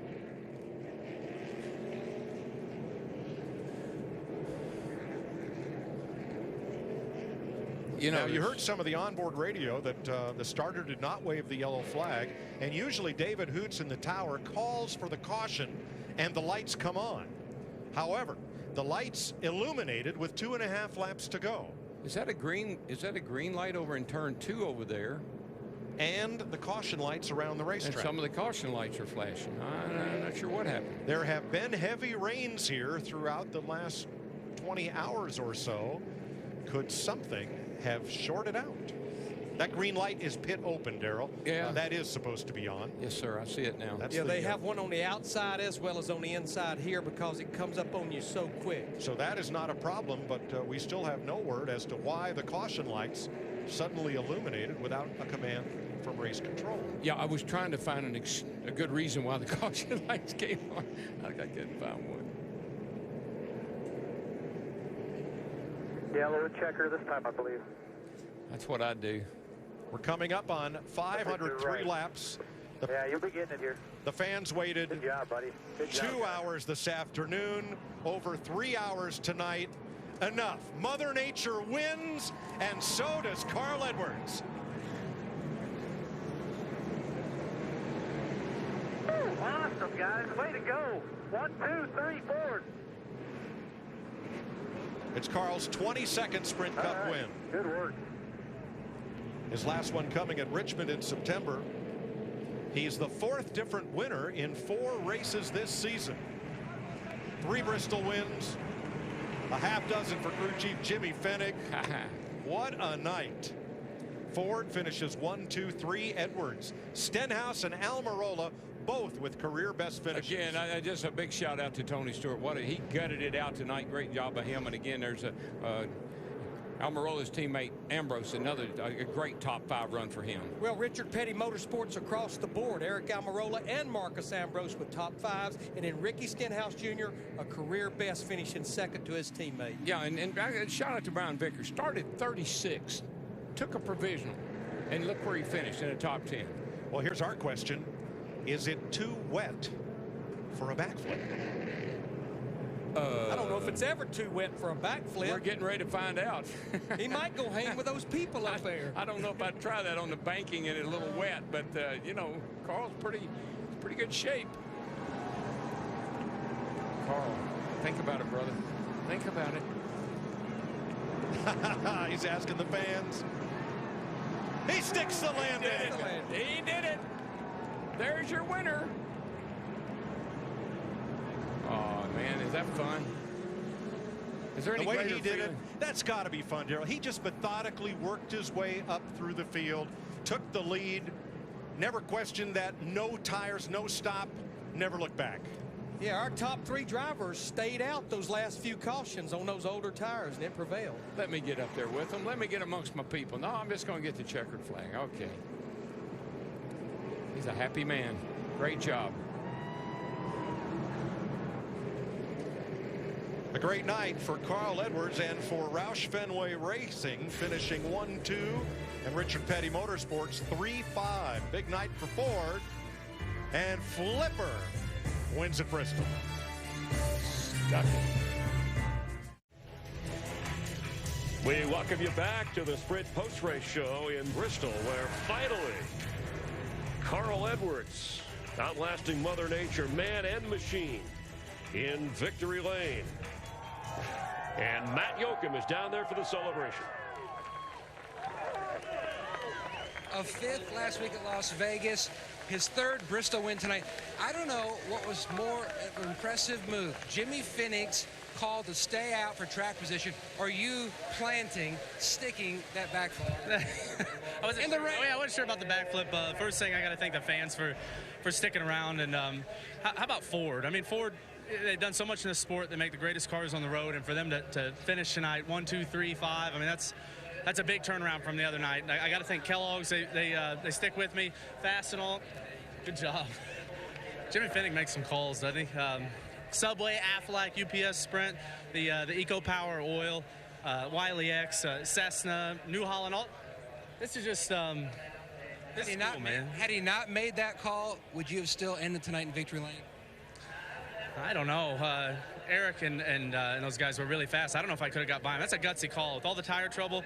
And Goodyear makes great tires. We didn't have trouble at the end. It just was a bad matchup with the track. I got to say, get well to Uncle Dan. He's battling something real tough. He's Edwards. He's tough, and we're thinking of you, man. And just an awesome night. We're in the chase, and we're gonna go out and we're gonna win this championship. And damn, I just can't believe that we turned this thing around. I mean, it was terrible Saturday, so just glad we turned it around. Jimmy's the man. His 3rd win at Bristol, but first in the spring race. Steve? Eric Almirola with a 3rd place finish. I heard you say when one of those last cautions came out that you wish it would have stayed green. Could you have got to the front, Eric? I don't know. Our car was really good on the long runs. We were just way too tight on the short run, and it seemed like it kept getting better and better the longer we went. It seemed like the Carl and a few of the other guys would get loose off the longer we went. My car stayed really good on 4 drives, so I was hoping that it would have stayed green. Maybe we would have had a shot to win, but really happy with everybody on the Smithfield team.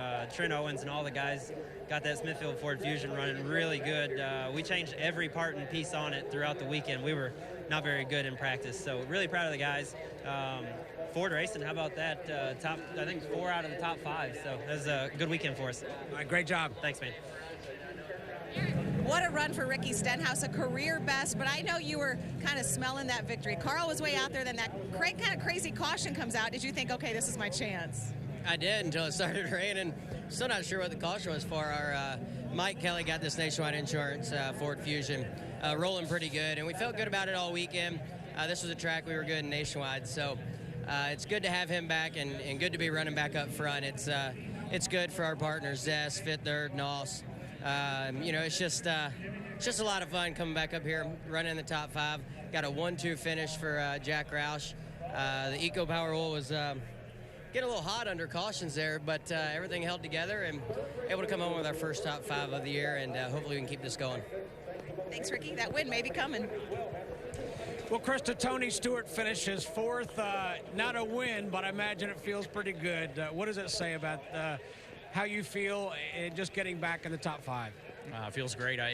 It feels like a win, even though it's not. But you know, to start 37th and end up 4th today, I'm pretty excited about that. Really excited for Chad Johnson, everybody on this Mobil 1 Bass Pro team. Everybody just worked hard all weekend. It's you know, we had a long way to go from Friday. We weren't very good, and every day we just got better and better. So I'm really proud of this team. How do you feel? I feel great. I mean, let's do it again. All right, thanks, Tony. Let's go to Chris. Thanks very much. And there's 60-year-old Jimmy Fennig, who is getting the handshake, who made some terrific moves as the crew chief for the 99 team. Carl Edwards didn't lead until 78 laps to go. That's the only time he had the lead, and then he never let it go. Still looking for clarification from NASCAR Race Control on that caution that came out with 2.5 laps to go. Big question mark there, but no question with 4 different winners. Michael Waltrip after the first 4 races of the season, and Brad Keselowski for the kudos in front of Dale Earnhardt Jr. for the points lead, and you see that win column, the all-important, puts them in the chase. Yeah, those guys are just so confident now that they're going to go race for this Sprint Cup Championship. That's a great feeling. And you know what's crazy, Chris? I used to think about points. Was it a good points night? Was it a good points night? Now it's just all about winning. But then when you didn't win, you better look around and see how you did in the points. And tough for Kevin Harvick, who was running well, in line for maybe his 2nd win, but some more engine problems. And time for the Toyota Let's Go places and look ahead to where we're going next weekend. Fontana Speedway and the Auto Club 400, where we had one of the best races last year. You know about the Joey Logano, Denny Hamlin battle. Then Kyle Busch cruised in for the victory with Dale Earnhardt Jr. right behind him, a 2-mile track. Didn't we take our Toyotas from Las Vegas all the way to Bristol? Now we're going to go back all the way to California, but the action's going to pick up. This race was impossible to predict. When we were out in Las Vegas, we said Kevin Harvick's going to have a strong car. Brad Kay's going to have a strong car, and they did. Here at Bristol, it was all about strategy. Jimmy Fennig proved sitting on that pit box and making a gutsy call late in the race was the difference. And a terrific evening for Fords with Ricky Stenhouse Jr. and Eric Almirola. Their best career finishes right behind Carl Edwards, your winner on a long day and night here in Bristol, Tennessee.